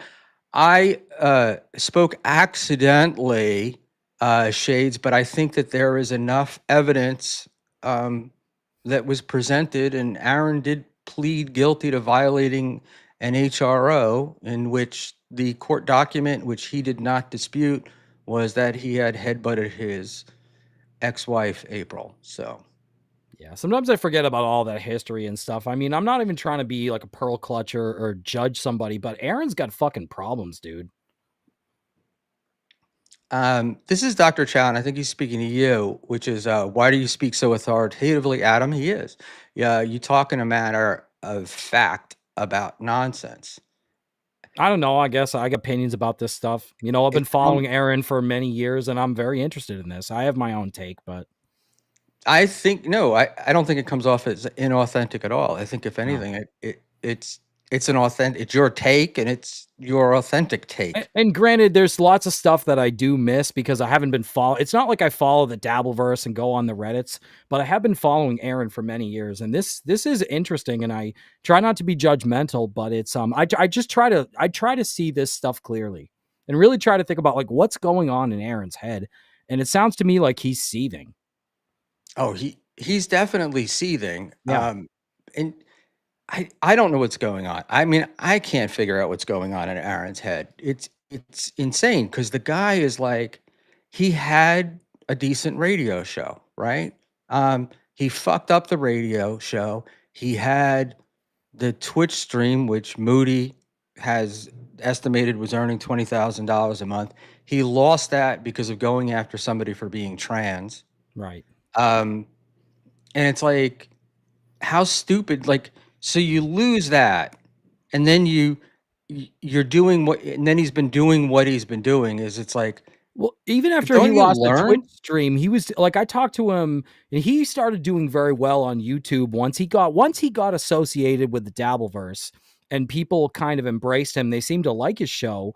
And remember that back when he entered the Dabbleverse, he was attacking Chad, he was attacking John, he was attacking people when it worked, and he definitely got some whatever you call it, cloud or a bump. He got some juice from that, but it didn't last. It just wasn't sustainable. And eventually people started focusing in on him, the dynamics and the relationship with his wife. And yeah, exposing your life to the internet is never a good idea, especially when you're in this type of, you're in this type of sphere. Well, I have to tell you, I liked he and April together, and I'm in the minority on this.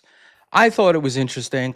I thought they were developing something, and it was kind of fun to watch. Um, watch her learn, watch him do his thing with her. Yeah. Um, but you could there was tension. Like you could, once their relationship started to go south, their show started to go south. Yeah. The whole dynamic between them and the tension became more interesting than this show itself. Like he was trying to do a show that was about other things. And that's why I think like with Mersh, where Mersh, Mersh, if you know him, he's been lolcowed. He's been the subject of documentaries, Jesse P.S.'s show, Pod Awful. But I think like someone like Mersh does well when he focuses on other people. He's actually good at attacking other people and being insightful about other people. But no matter what, when you put your ass on the internet, is that people start focusing on you. Even me too. People will start making comments about me, and you can't go on the internet and point the finger at other people without kind of exposing Oh, your own ass knock too. my mic out.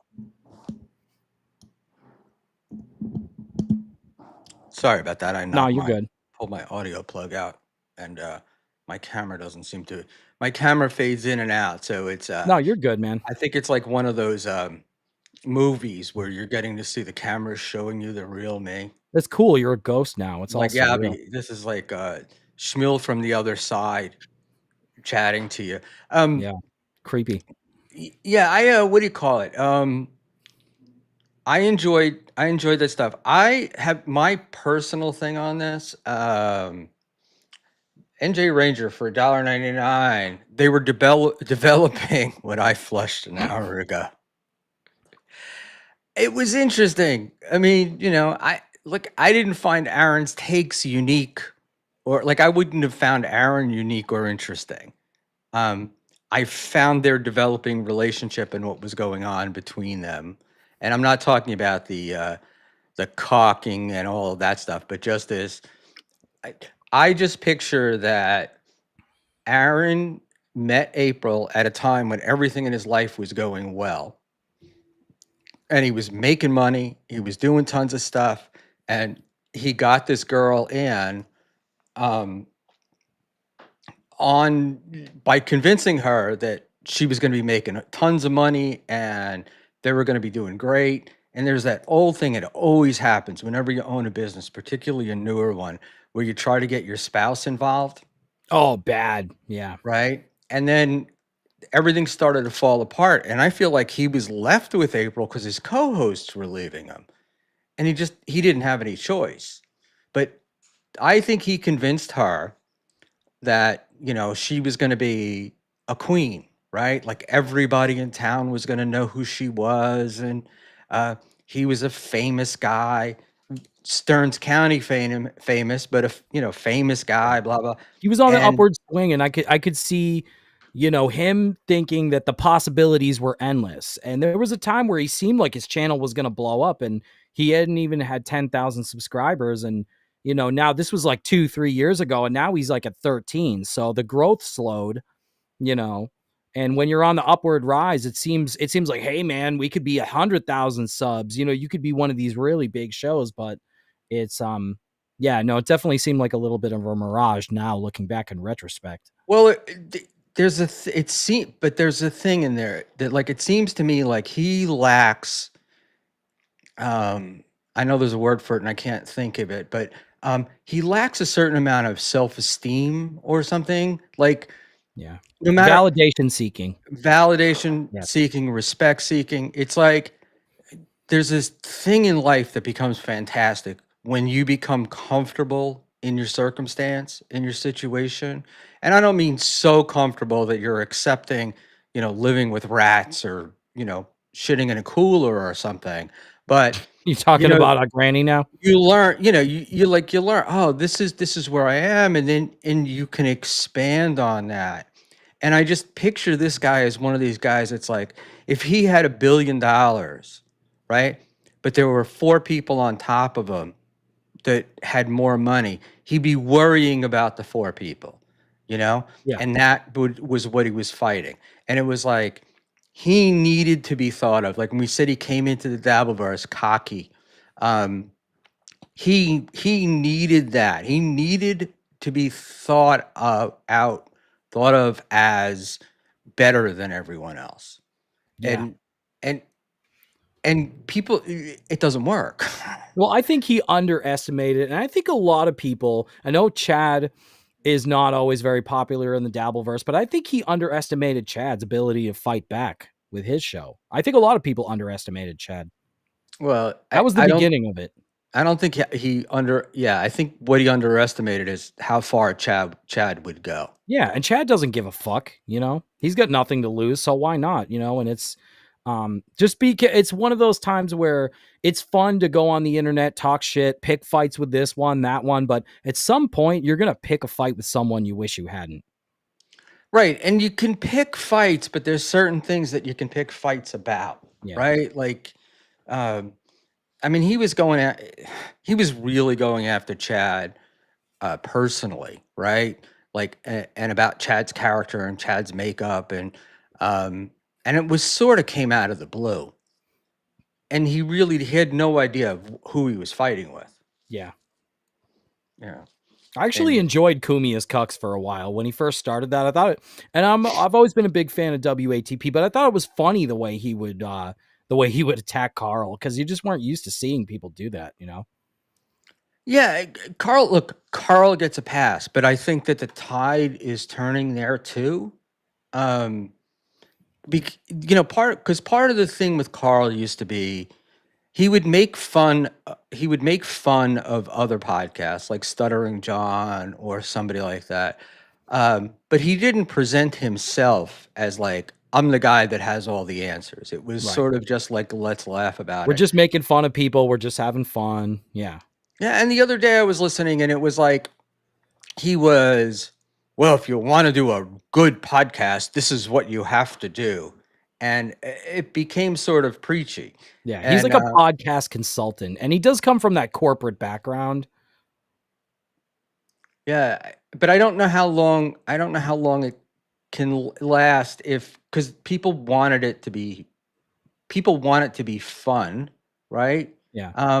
But then again, I'm an idiot. They put up that GoFundMe and it's at like 40 grand. Oh, that's not bad. Yeah. Dr. Steve So put that up, right?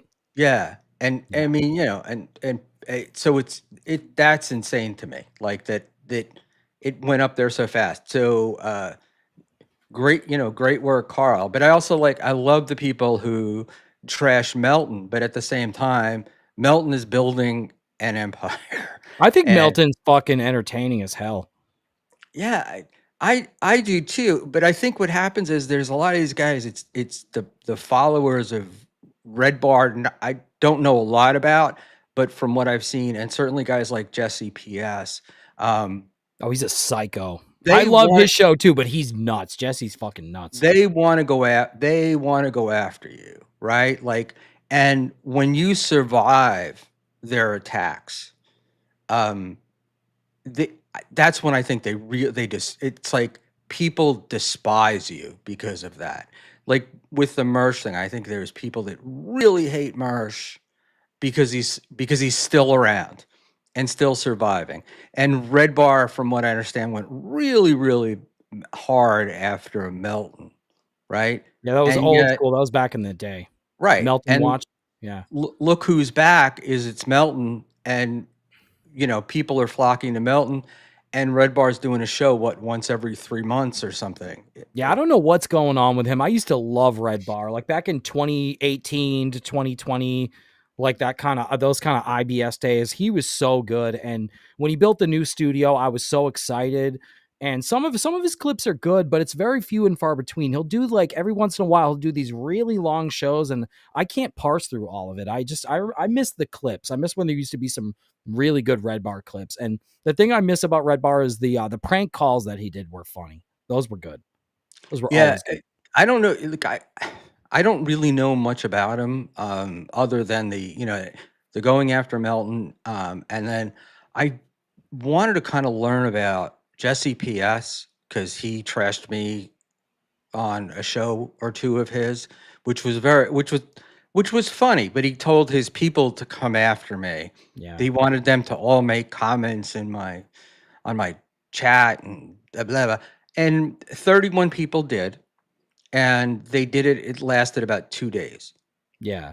No, he's got a community. He's definitely got like a little mechanism of people. And I think what's interesting about Jesse is his ability. He's got a lot of great production quality to his show, but also he is so relentless. Like if you've ever seen his coverage of Mersh, and then when he covered Aaron, he covered my interview of Aaron, and he was kind of making fun of me a little bit, but he took it easy on me. So I don't think Jesse has like a personal problem with me, but yeah, he's definitely somebody you don't really want to be up on his screen. Yeah, but he did this uh entire show on Mersh being a pedo and proving it and all that Yeah, I stuff. saw that too. And The Tumblr. Yeah. it went nowhere, right? So is it what I'm wondering is it going nowhere because the day of this kind of trolling just doesn't work anymore, this going after people? Well, I think with Are we Jesse, past that? and it's funny because it's ironic because I actually was talking to Aaron about this like 2-3 years ago, and I was like, why don't you think Jesse's more popular? Because I think his show is good in a lot of ways. He's got a lot of good things going for him. And I think Aaron actually kind of hit the nail on the head, surprisingly, is that Jesse just starts shit with everybody. He alienates people, and it's I know it sounds like almost robotic to say this, but I think this business, if you're gonna podcast and you want to grow and you want to get noticed, it's kind of about relationships. And if you're somebody where you don't want to collaborate, you're always willing to burn the bridge. And Jesse, I think he's great at what he does, but he is very abrasive and he can be very vindictive. And I think a lot of people just kind of don't want to associate with him. Well, look, every Like business, they're afraid of him.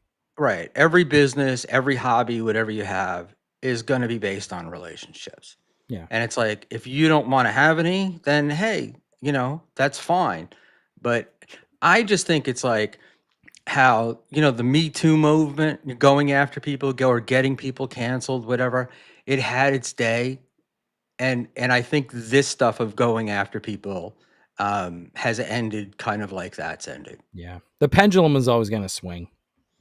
Yeah. And, it's, and also too, is it's like so much of it just has changed where we just don't give a shit anymore. And it was one thing like, if a guy was labeled like a pedo, that would be taken as fact and people would believe it. But then everybody starts getting called a name or something, some trashy sort of thing that would have put you out in the wilderness a few years ago. And now it's like, oh look, everybody can't be a sex offender, right? People Like, have fatigue with all this shit. It's like, how can people even keep track of all this? yeah, Too I don't much. know, but there are some people that could keep track of everything. Yeah, that's true. Yeah. Reddit, some of the people on the shows who watch the shows, because I will do that. I will say that I said something, and that's how I remember I said it. And then it would be like, no, you didn't do that. And then I look at it, I'm like, And then I they'll didn't show you the exact, clip, and yeah. yeah, or pull it up, 10, 16, 25 at 9:03 p.m. And You have said it. I'm timestamps and just, everything. It's like, okay, fuck me. I guess I was wrong. yeah, I was wrong. or they'll take something that you said out of context and then try to build on that. Well, nobody I who's on the internet this much is ever keeping track of everything that they say. You know, sometimes there've been times where I've been on streams, I've been fucking drunk, I've had a few too many beers, and I'm sure I've said probably a few things that I haven't been proud of. I wouldn't want to see clipped. Yeah, well, look, I'm with you. But I just, I kind of accept that it comes with the territory. Sure, yeah. So, and that's why I don't drink on stream. Well, I don't drink, but that's why I wouldn't drink on stream I shouldn't, but it helps pass the time. or take Xanax or something like that. Like, because back when I used to take it, I would say some stupid shit, Yeah. and then you wake up in the morning and you're like, oh, what did I do? You know what's really fun is doing a stream when you're tripping. That's fun. It's crazy, but it's fun. It's like the whole time you're like, what's going on? But no, that's a good experience. Yeah, I don't think I recommend it. I'll pass. Yeah. But thank you. I'm a little bit. Those days are You're behind smarter than me. me. You're a Those lot days more are cautious. Those days are behind me. Yeah. Yeah. Well, I mean, yes, and it's not even that I'm cautious. It sort of is the way I am. Like this is the way I run my life, And and I try not to be very different than I am in real life, because that's where when you said earlier is like the Dabbleverse can pick something out. They can really pick out when you're disingenuous. Yeah, and they can be very insightful. They get a lot of things wrong, but they get a lot of things right. Yeah, they do get. Yeah, sometimes they get stuff right. I am like, when Melton started with the, I don't know, if it was Melton started, but whoever they did with the Coke and April, I was like, I was really uncomfortable with Yeah. that.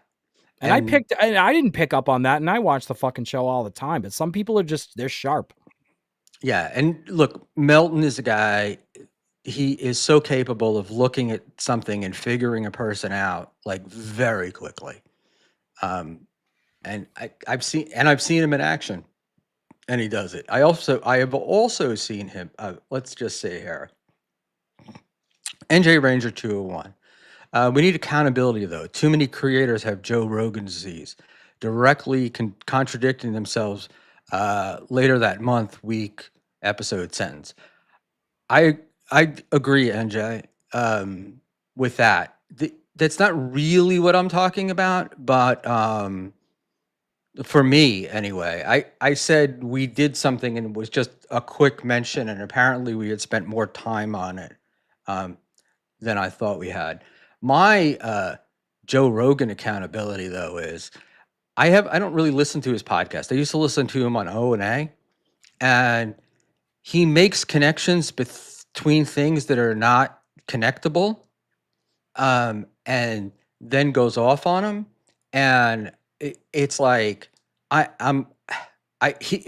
would annoy it would annoy me, and almost like pseudo intellectual. Do you think that's something that happens? Do you think that's a byproduct of just being overexposed and podcasting too much? Because then when podcasting becomes your full-time job, you're just, you know what I mean? You're just shooting the shit, and you're just kind of putting a lot of bullshit out into the ether. Yeah, and when you set yourself, when you set yourself up as the guy that knows a lot of stuff and has a lot of answers, and has said they do, you kind of force yourself into that position. Yeah. Right. And but like the thing with Joe and the ivermectin stuff, which I just think is hilarious, and I feel like he was more pissed off that he couldn't say it than what he really thought about it. Well, do you see he's in a war right now, a tweet war with fucking Gavin Newsom, the governor of California? He's calling him like snack size Joe. It's like, it's so ridiculous. Yeah, Gavin Newsom's a piece of shit, though. So, oh yeah, of course. We should go there. But it's like, I would listen to Joe Rogan. I would listen to Dr. Drew. I would listen to any of these guys, but they're not the people that I'm getting. I don't get my advice from them. Like if I had a serious issue, I'm not relying on what I heard on the internet.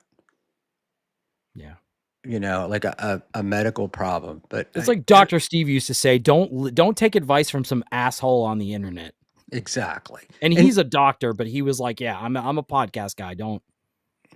No, and he's telling you the thing is he's telling you what he knows, but he doesn't know your situation or where you're all about you and your medical Yeah, and he tests and doesn't everything treat else. you, so he can't really give you the same advice that a doctor that's treating you would give you. He's actually really cool. He did help me out. I got it's amazing how many years ago it was, but it was like maybe 2007, something like that. I got diagnosed with cancer, Oh shit, and sorry. yeah, it's fine. That I've stinks. survived, but and I was like just freaking out because I was getting sold like different treatments by different doctors, you know, and I got in touch with Steve, and he really helped me get through, sort through the advice, and so it was That's great. great. And No, he's a good guy. I used to talk to him a lot, and I've actually interviewed him before. No, he's a good egg. He's one of the good ones.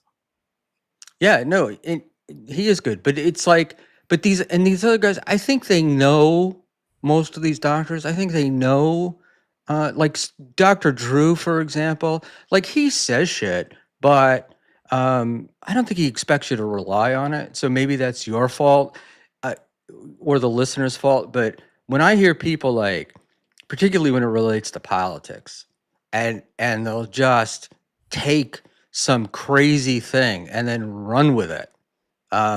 And particularly, like the Charlie Kirk Israel connection, stuff like that.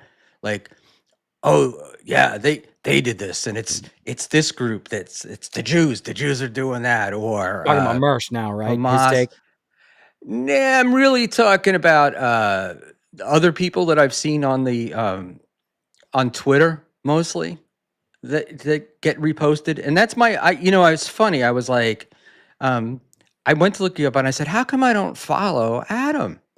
And I do follow you, and I muted you, and I realized the reason why I muted you is because you repost too much. Yeah, no, I do. I'm very psychotic with that shit.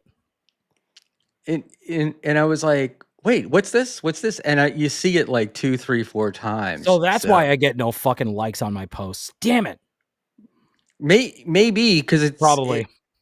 yeah, and uh, look, it's what you can do. You can do what you want to do. It's just you, that's the reason why. Because I've had that in here, like with Leo Gunn, who I used to talk to all the, would just constantly repost stuff, and you're just like, wait, no, Leo, I want to know what you say, what your thought is, what you're saying, not just that. So Yeah, no, I hear you.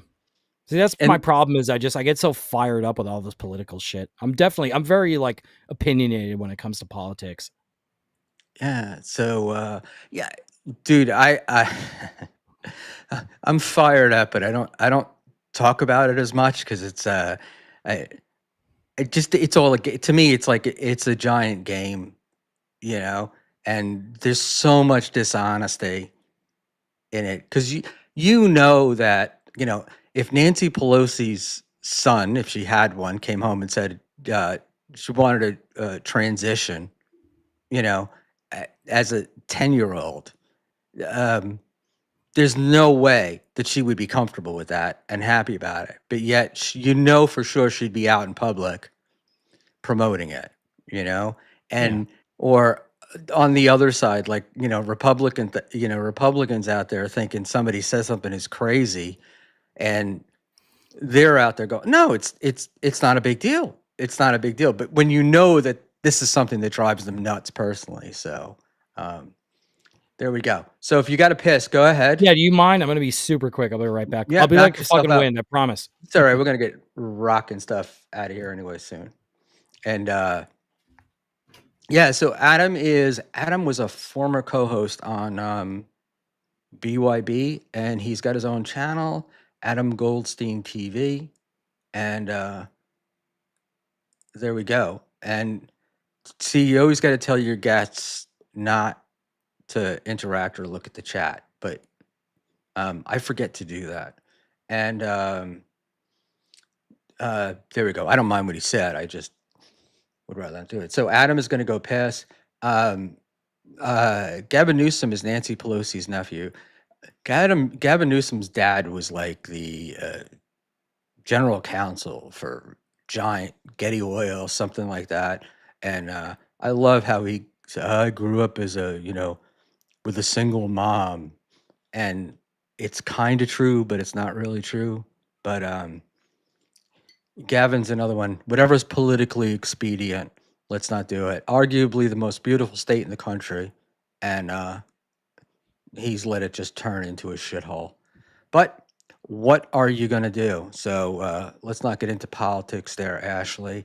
Um, as much as we love you, I'd send you a link, but you are at work, and I am going to be leaving pretty soon. We're going to talk about some AI and Soren, I believe, is what it's what it's called. And you want to tell us about that, Adam? What are you talking about, Sora 2?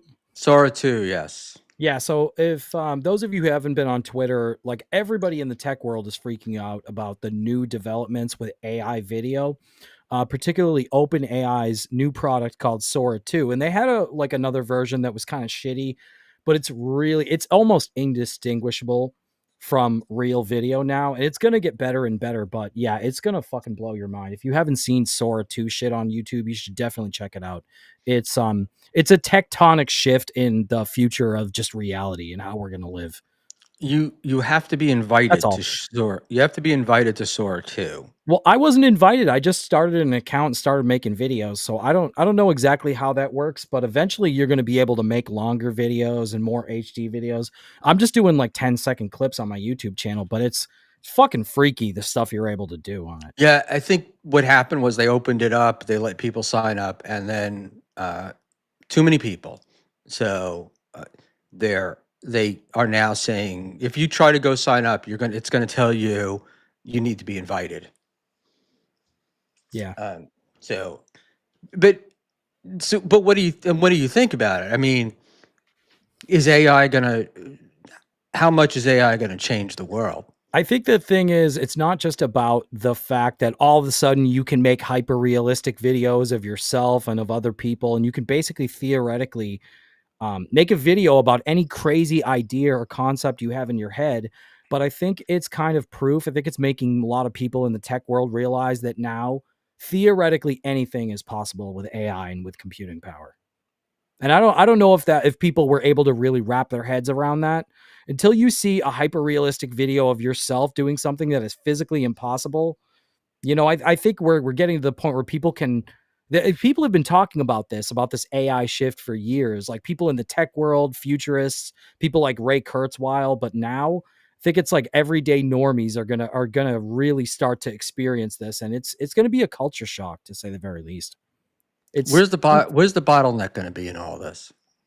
Well, what do you mean specifically by that, bottleneck? So, who's going to control it? Who's going to decide what you can use AI wise to make videos of? And No, that's interesting because right now the best, basically the most advanced video capabilities are by OpenAI, and the CEO of the company OpenAI, Sam Altman, has actually been like lending his own likeness to videos. So now people are making all these insane videos with Sam Altman, who's the CEO of this company, and there's still a lot of talk about guardrails. So there's a lot of times where I'll try to render a video. I tried to make one the other day where I was going to go up at the crucifixion of Christ, and it was going to have me walking up and saying, "Hey, you guys leave him alone," which I thought would have been a funny kind of, religious type of skit to do.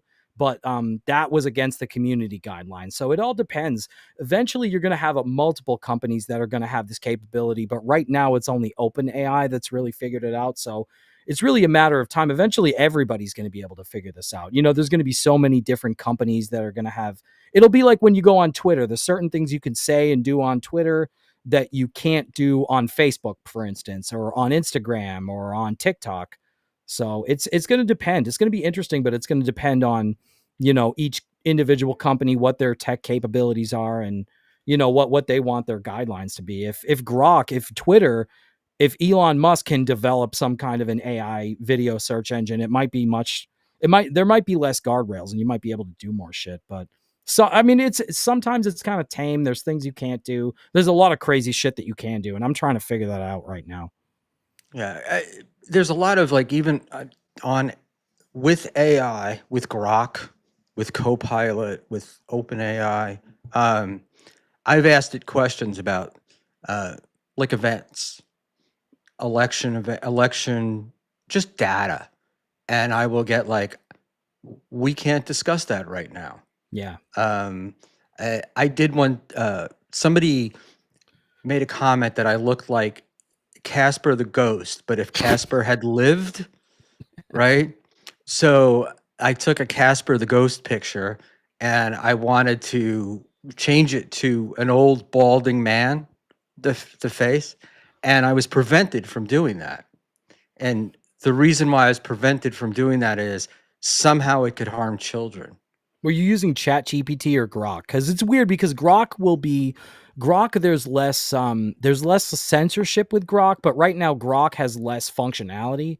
So Chat GPT, I feel like, is probably ahead in terms of functionality, but there's a lot more guardrails as far as yeah, certain types of content that you can't produce on there. It's interesting if you use different search engines, but I think that OpenAI is the only one. The Sora 2 is basically right now the most advanced one in terms of hyper realism and just functionality. But as time goes on, I think it's I'm not even freaked out by the videos that you can create now or the videos that other people can create. And all this shit, all this AI slop is going to permeate. Like this is going to be the future of entertainment, where instead of you going on a streaming service and letting somebody else show you a bunch of movies that they created, you're going to be able to design your own movie or your own TV show. You're going to be able to inject yourself as the star of the show. And nobody's going to be like, hey, check out the show that I created with AI, because everybody's going to watch their own AI shit. And as time goes on, I think people are going to be more and more entrenched in their own views, their own interests, the things that excite them. And David Foster Wallace, the writer, said this eloquently, where he said, pretty soon, eventually, it's going to be easier and easier to just sit at a room alone. You're going to sit in a room alone looking at images on a screen instead of talking and interacting with other people. And in a very real way, we're all going to be dead. We're going to really be the Matrix. We're going to be living in the Matrix. Yeah, this, right? So it's the old you're living in a simulation uh, kind of thing where Yeah, we are. you re- I've been so entrenched in the creation and the viewing of AI videos. I'm fucking fascinated by this shit. And I'm at a point now where like I almost just want to live in AI world. And if you watched my videos and you saw the AI version of me, you wouldn't want to waste your time talking to the real me. The AI Adam is more confident, better well spoken, he's wittier, he can make a joke, it's just I don't even want to be me anymore, see I've that become obsolete.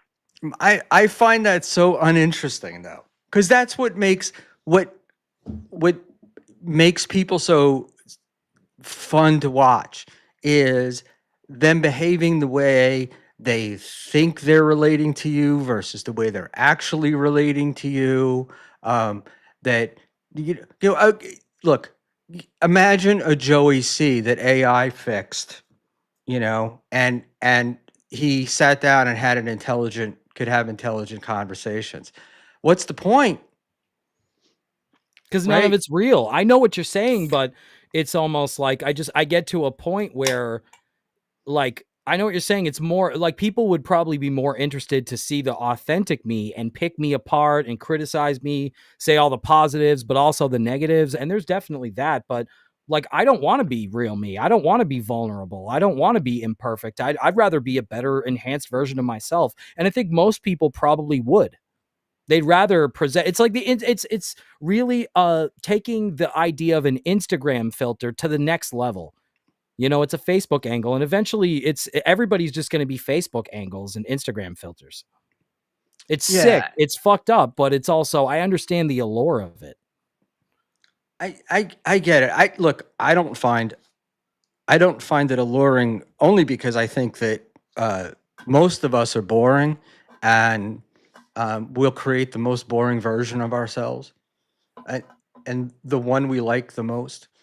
Um, and it won't, and it's not real, No, it's not. No, I agree with that.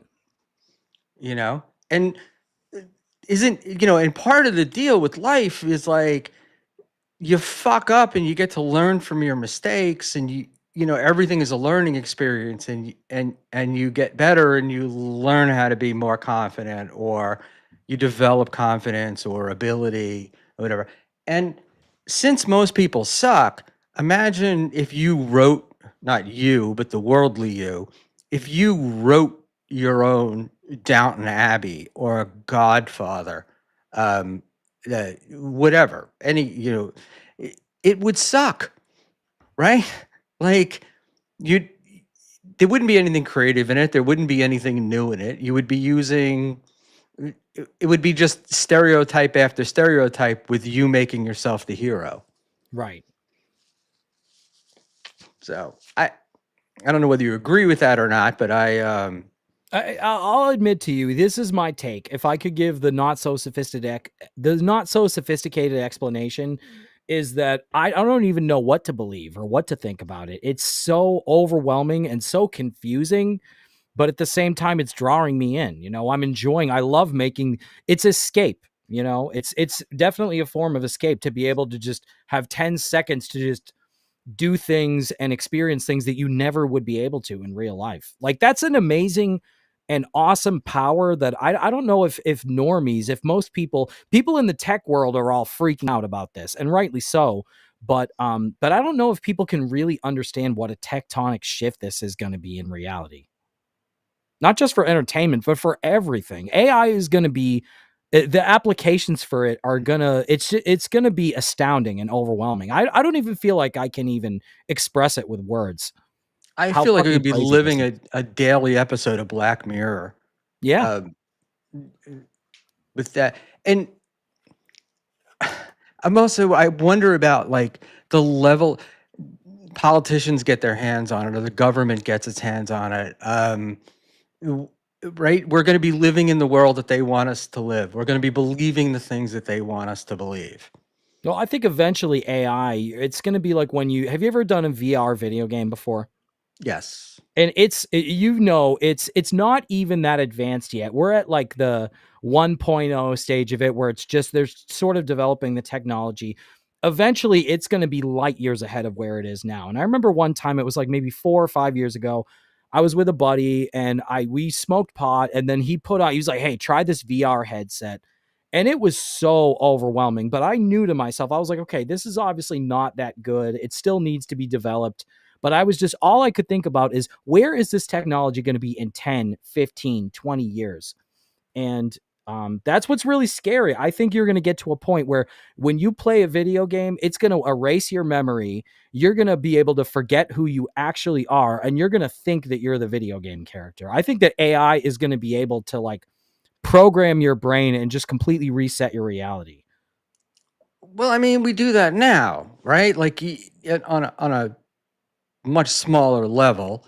Um, you I can remember I was robbed at gunpoint by a group of Italian fellas who thought they were starting a mob, and this was around the time of The Sopranos.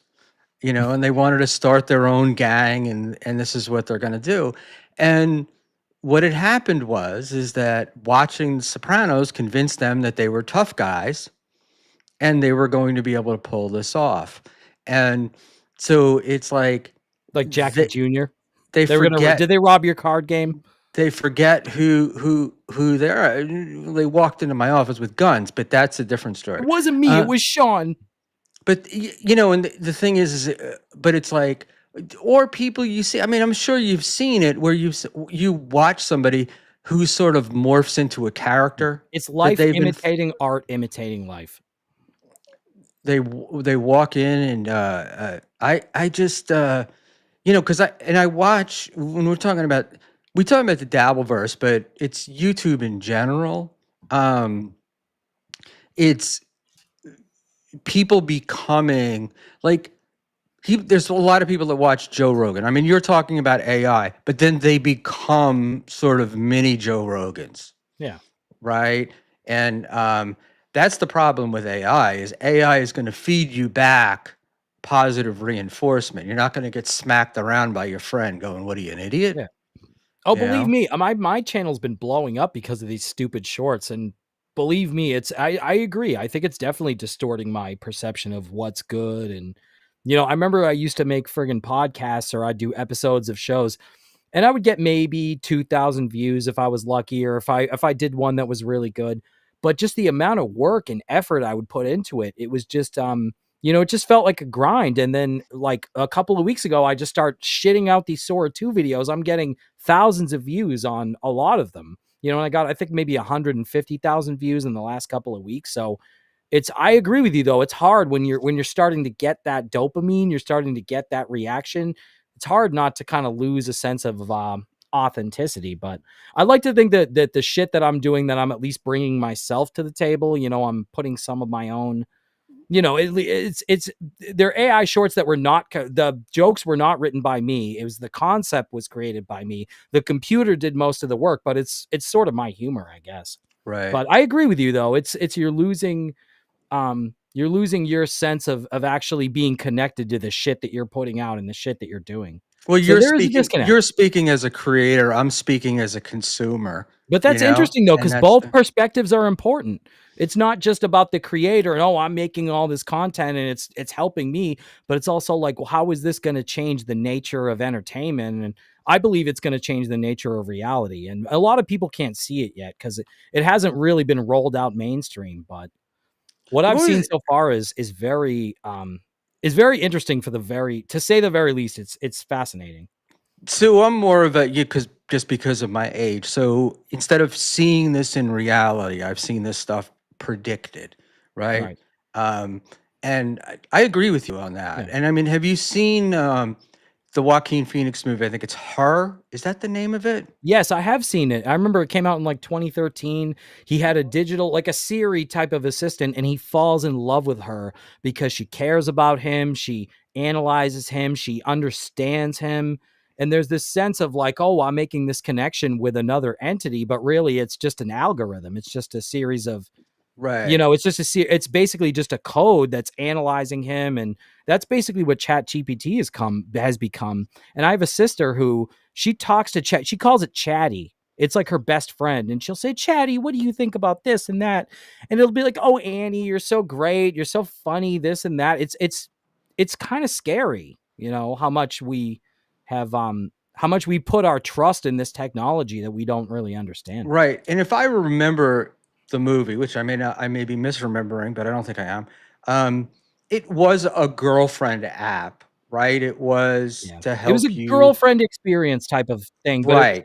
it didn't And and the fun of he that. resisted it for a long time. Like people suggested it. He resisted it, right?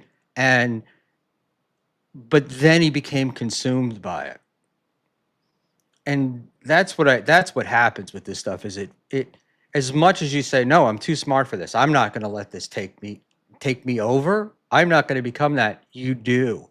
And Why? Because the that's what's truth is dangerous. we're all weak and we're all vulnerable, and we want something because it's able to validate us. It's able to help us. I mean, it's functionally there's a lot of good that I think AI can do, but obviously there's the other side of it is, at one point are we going to lose our grip on reality? And I've made I don't know how many AI shorts I've made. I've enjoyed doing it. It's helping my channel right now.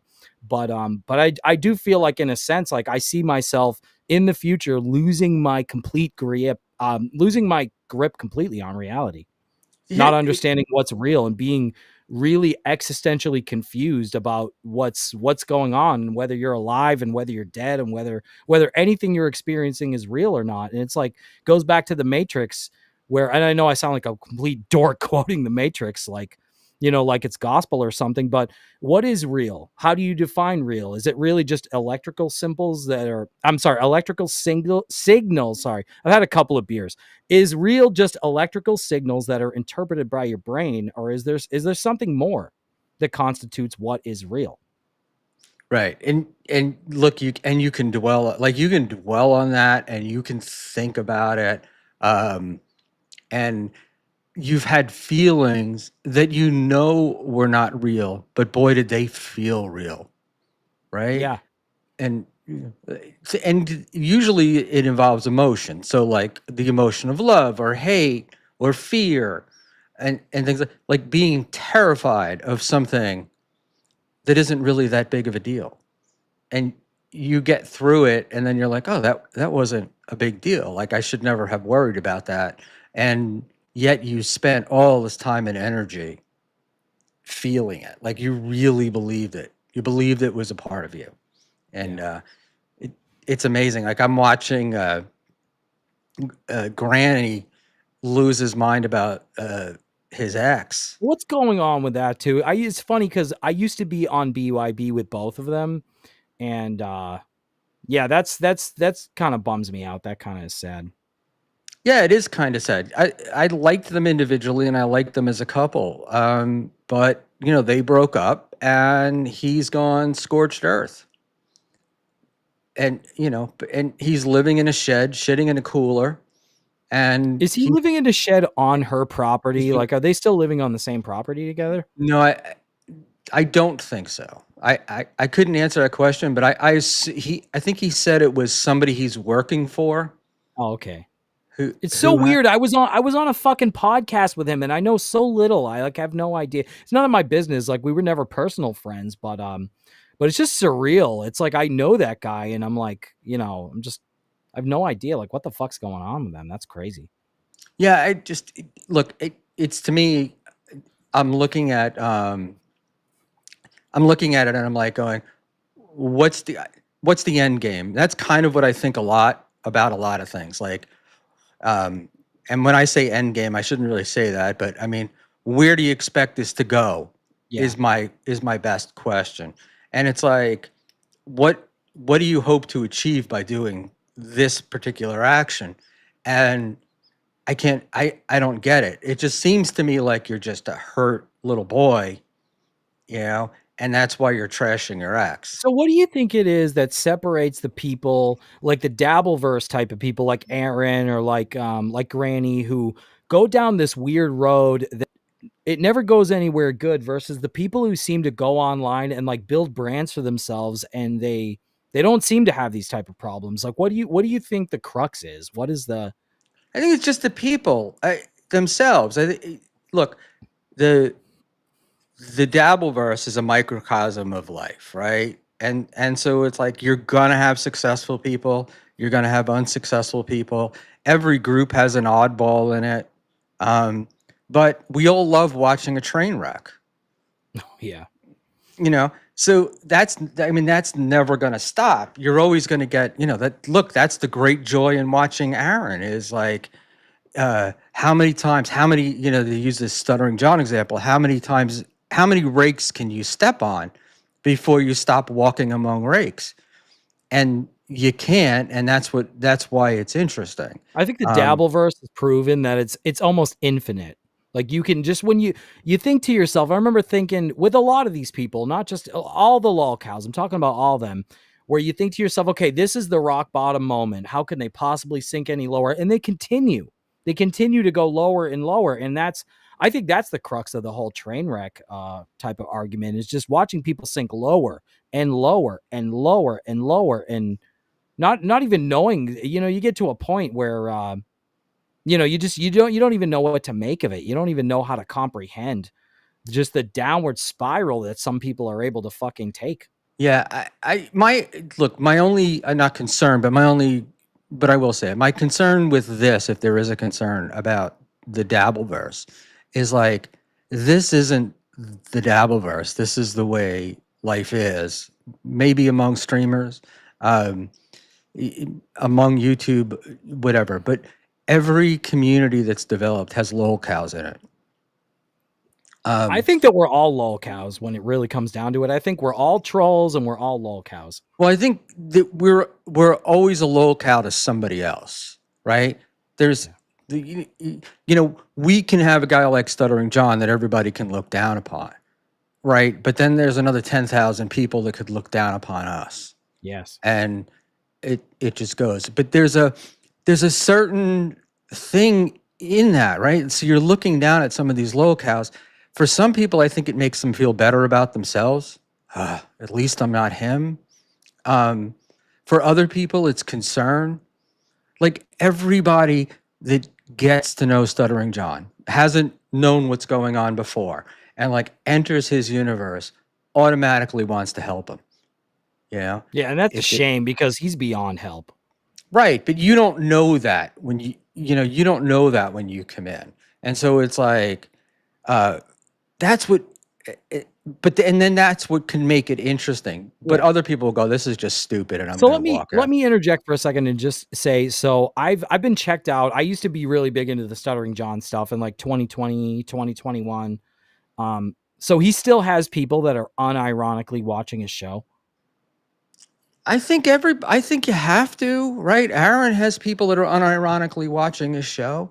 I mean, he has his supporters, Still, right? that kind of blows my mind. Well, look, I mean, but the thing is, you don't need big numbers. If you can get, there's billions of people on the planet, but if these guys can get, if he gets an audience of 100 Yeah. and 20 of them are unironically watching the show, that's enough, I you think most know? of these shows, yeah, it's not that hard to get 50, 100 people watching you live. And I didn't even think about that. Yeah, I guess it's enough if you just get a little bit of a niche. Well, look, the lower you go, the fewer amount of people you need supporting you to make you feel good about yourself, right? Like you take Stuttering John. Stuttering John will get, let's say he gets 100 super chats, and 98 of them are shitting on him. And you're an asshole and you're an asshole. And two of them are, we love you, John. You had a successful career. Oh, John, your guns are looking so good. Have you been working out? Um, Those that people are trolls, I hope. Right? that to him it's real. Those affirmations to him are more than enough to carry him through the next day. That's pretty sad because it makes me realize that a lot of those people probably are trolls. And when somebody says something nice about me, I'm like, okay, they're probably trolling me. They're probably trying to soften me up so that I'll go, oh, thank you. And then they'll be like, fuck you, Adam, you suck. No, look, we all get it because you get the thing, and the one thing that they seem to do to all new streamers is there's these group of guys that'll come in and tell you how fantastic you are, right? Oh man, you're great, you're killing it, you know, and then within a month or whatever, they're on there like, oh, this guy sucks, he sucks so much, but they were trolling you into thinking that you were better than you were, you know. So I got to ask the question: why did you leave BYB? Because I was just tired. I was exhausted. It was too long. If the show had been 1 hour and if it had been a quick get in, get out, and I used to do streams that, like, I never really did that great, but when I did a stream, I was all about do 40 minutes, do an hour, don't waste people's time, just get in, get out. And that show was very long form, and it's just not really what I like to do. And I like Derek. I thought we got along pretty good, but it was kind of chaotic. And I felt like I was unprepared for the show. I was kind of checked out of not all the Dabbleverse stuff. I was still kind of following John and Aaron and some of the Merce stuff, but I would go on there and I felt kind of like I didn't belong there. Like I was just on a different wavelength than Derek and everybody else. And when I first came on the show and I was like a regular cast member, Lemmy was still on the show, Granny was still on the show, and then they ended up leaving. And when it was just me, Derek, and another random third person, I don't know. I felt like the kind of chemistry kind of left. But I mean, I like Derek, but it was too much. It was like if he had done one show a week, I probably could have done it maybe like 1 or 2 hours a week. But it was like, I don't know, 3, 4, 6 hours a week, and it was just too much. Yeah, I found it difficult. I find it difficult to watch if there's going to be a topic, and then they don't talk about that forever or till the end of the show.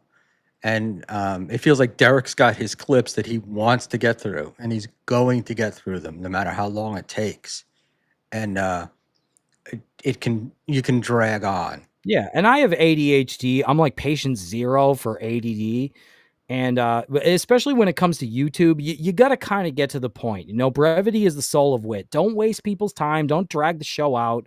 Don't stretch it out like taffy. And if I could say anything, it's that I thought the show had some good moments. There was some good stuff in it. But if you make the show 4 hours long, nobody's going to really, people will watch it, they'll check it out, but they're probably not going to see the good points and the highlights. And I don't know how good he was at really clipping stuff, or whether, I mean, occasionally we would get clipped by Doom or Stallion 19 or somebody like that. But it was just too long. And I'm somebody where I did my own stream. I always did my own thing. So, it was cool to go on somebody else's show, let them run the show, and I could just kind of be there and just chime in. But it was, I don't know. I think I'm the kind of person where I kind of need to be in control of the show that I do, because I like to have control, but I like to get in, get out. I'm good for like maybe a 20 or 40-minute stream. Doing the like 2-3 hour streams, I'm not that good at it. And I think most Yeah, people aren't either. It's I, boring after a while, and you see the viewers start to drop off, and it's like, okay, all right, let's wrap this up. Let's I'm, get to the I'm point. It's just too right. long. I'm watching that now. What do you call it? Like, there's an audience. This is the deal, man. There's an audience for everything. So and that's what I find so funny is BYB pulls his numbers. He does his show. He enjoys doing his show. He's got people who enjoy doing his show. Um, so I don't under like I don't I'm not going to I'm not going to judge that and say, it's like if a show isn't for me, I just don't watch it, you know? I Yeah. don't really need to go on and to trash it. Um I don't the one thing I dislike about the Dabbleverse are the fake beefs that people try to set up, Yes. Yeah. you know? And it's like when I'm beefing, it's generally I'm really beefing. Yeah. I mean, there's guys like Mr. Panhandler I goof around with, when we go at each other, obviously not beefing. But you'll have some other people. Um, I may just not like you, and that's why we're not engaging. So, and this is NJ Ranger, right? Many people say 4 hour streams are great and enjoyable. I like to do about 2 hours, and we've done, 4 hour streams, but I have other people that they want it to go on forever, to go on for 4 hours. Yeah, In I mean, some people can do that. Most people can't. I know I can't. Like, I know my limitations. I used to do a show where I'd go on, and it was a pre-recorded, pre-edited show. I would edit the shit out of it, pop in drops. But I just had the mindset of like, you know what? You're probably going to captivate people's energy for maybe 30, 40 minutes. And I think when you go beyond that, hey, good for you. More power to you. Do what you want to do. But I think most people are not really going to follow a 4 hour show that's being done 3-4 times a week. And I used to love when WATP had one show a week and a bonus show. I couldn't get enough of it. Carl always left me wanting more. Every week I get excited. Here's the new show. Then he started doing 3-4 shows a week. And I think sometimes it's just too much content for people, Yeah, so this is here's I want to go back to NJ Ranger here, Sure. about the 4 hour stream. NJ's show their show will run about 4 hours. He and Flimsy, right? And the truth is, I can't sit there and watch the full 4 hours, but I download the show, right? And I wind up listening to it over several days. And to me, it's great. I really enjoy that. And so if you're not doing a news critical, I got to find something out. Some of these shows are really good to listen to when they're not live. I know people prefer that they're live, and I will tune into NJ or anybody else when something is happening. But I found myself with NJ, with Skeptical Robot, the Aussie guy, because I just don't get up at 9 o'clock on a Sunday morning, and Blind Mike. Like those are Yeah, shows Blind I Mike's listen good. to. Well, those are shows I listen to all week. And so, yeah, they can do, they could, if they wanted to, they could do a 4 hour show. So some of them are great. And then Clowntown can run 5-6 hours, which blows me away, but they maintain their numbers during it. And I guess they have enough co-hosts that they hand it off. But don't Now, you think the Clippers help? Like Red Bar, for instance, he does like a 6 hour long show. And I like Red Bar. I like his shows, but I cannot listen. I just have ADHD. I can't focus and stay engaged for 6 hours. But if you get somebody to clip the highlights, like that's great. I think the clippers do a really great service for people like me that I could maybe watch 20, 30 minutes, but after that, you know what I mean? I'm not going to sift through a 4-hour show See, I think to it listen to depends Good upon the Bars. show. That's me.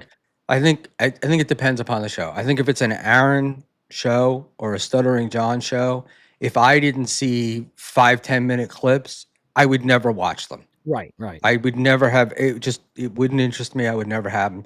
The Clippers make them interesting. Yeah. But then maybe Uh, you get into it and then you do start watching the show and you do start watching live. So uh, a, that's f- great, but yeah, like I say with NJ, is it's like, oh, I know it's going to be on, so I can go in and out while it's live. But the downloading it makes a lot of difference because I then I'll listen to. I I think a show like BYB would have benefited from clipping their own shit and putting it up more. You know, there's like I said, I'm not saying these shows are bad. I'm just saying in 4 hours, there's certain highlights that I think you want to get that shit out there. You want to definitely draw people in. But personally, as someone that was on the show, I found it like just hard to sit there for 3 hours and be just basically be involved and not feel kind of checked out. Hey, But look, that has to there's a very big difference between being on the stream and watching the stream, yes, right? definitely. Yeah.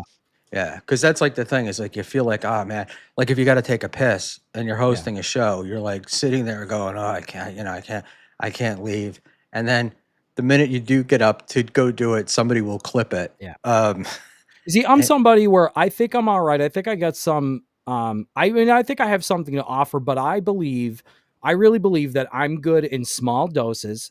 I don't want to overexpose myself, but also I think I'm better at doing a show by myself than sometimes by collaborating. Like doing a show like with you and Hughezy is more my speed than when with BYB you'd have like 5, 6 people and it's a different dynamic, that's all. it gets tough. If I look, when I try to go the shows that I try to do that have 5 people on them, I try to make them my show so I have a little control.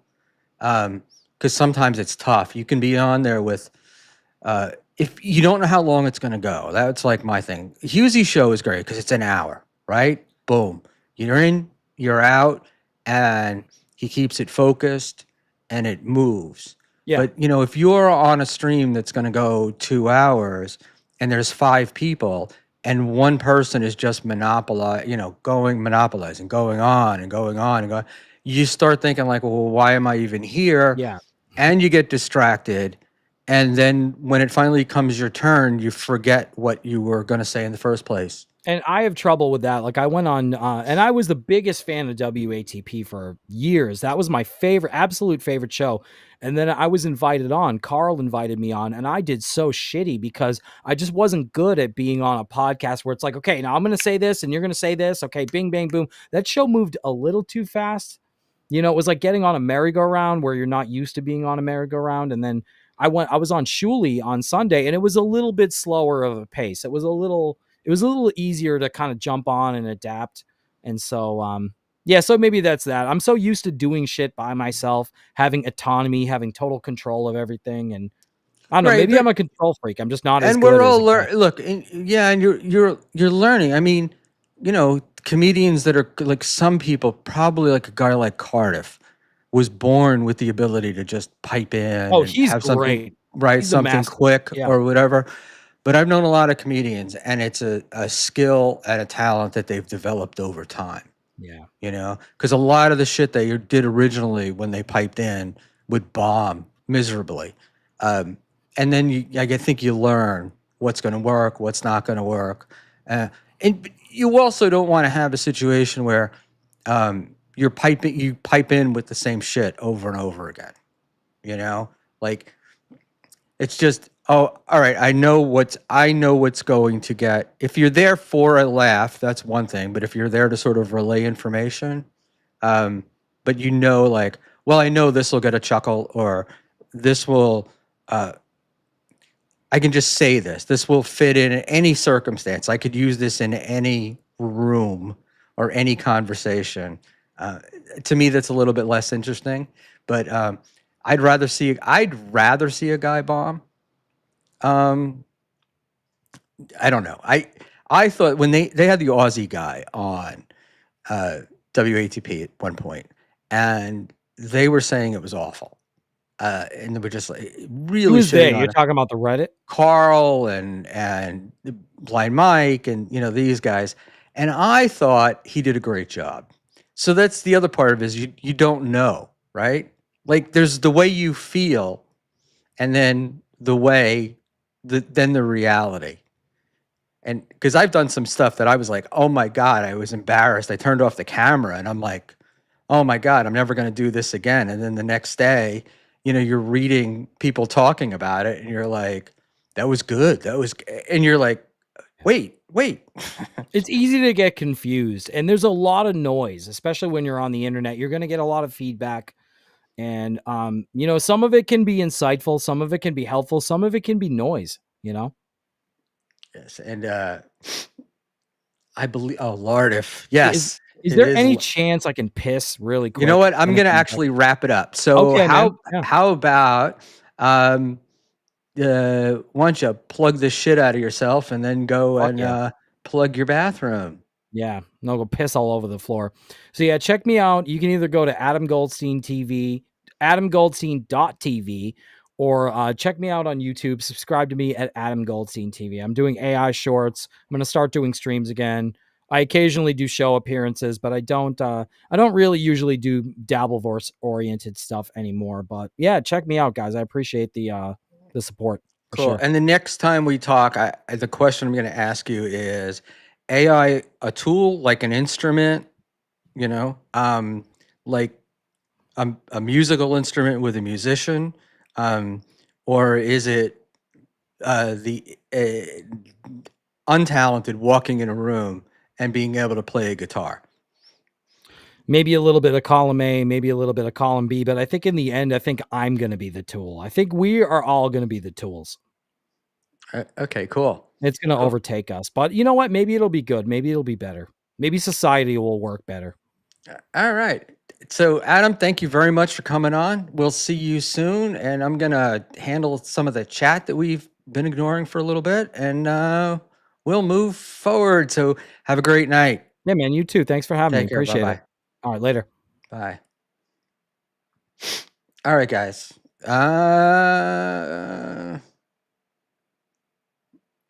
Let's just see. Thank you, Cigarette Jones. Yeah, Dave Sauer. If he went live, I'm going to break his. No, I'm kidding. Dave is on, so it's Dave Sauer. I cannot rate anyone. You have to apparently have 1,000 subs in order to do that. And let's just see. Nice to see two guys on a Zoom call with no interest in what anyone watching thinks. We actually do. Oh, look at this. Mama B, who we thought was originally Stevie Lou. Hey, Schmuel, Dan just announced he's working on a Dabbleverse bracket of his own. Well, that's great. I'm happy for him, and I hope he knocks it out of the park. We're kind of working on some categories and some stuff, but nothing big. So I'm glad somebody's taking it over because it's really more of a pain in the ass than I thought it was going to be. And what I was trying to do something else, but whatever. In any event, number one, Josh Denny fan, you ignored my questions completely. You told my guest to off himself. Number one, Josh Denny fan. So what is there after that? Right? I mean, seriously. So let's just, it's not going to be every night we can't have you as a center of attention. And I did kind of ignore Adam earlier, and I wanted to get some stuff out there. All right, kids, it has been a blast. Listen, thank you, everyone. Thank you to the super chatters.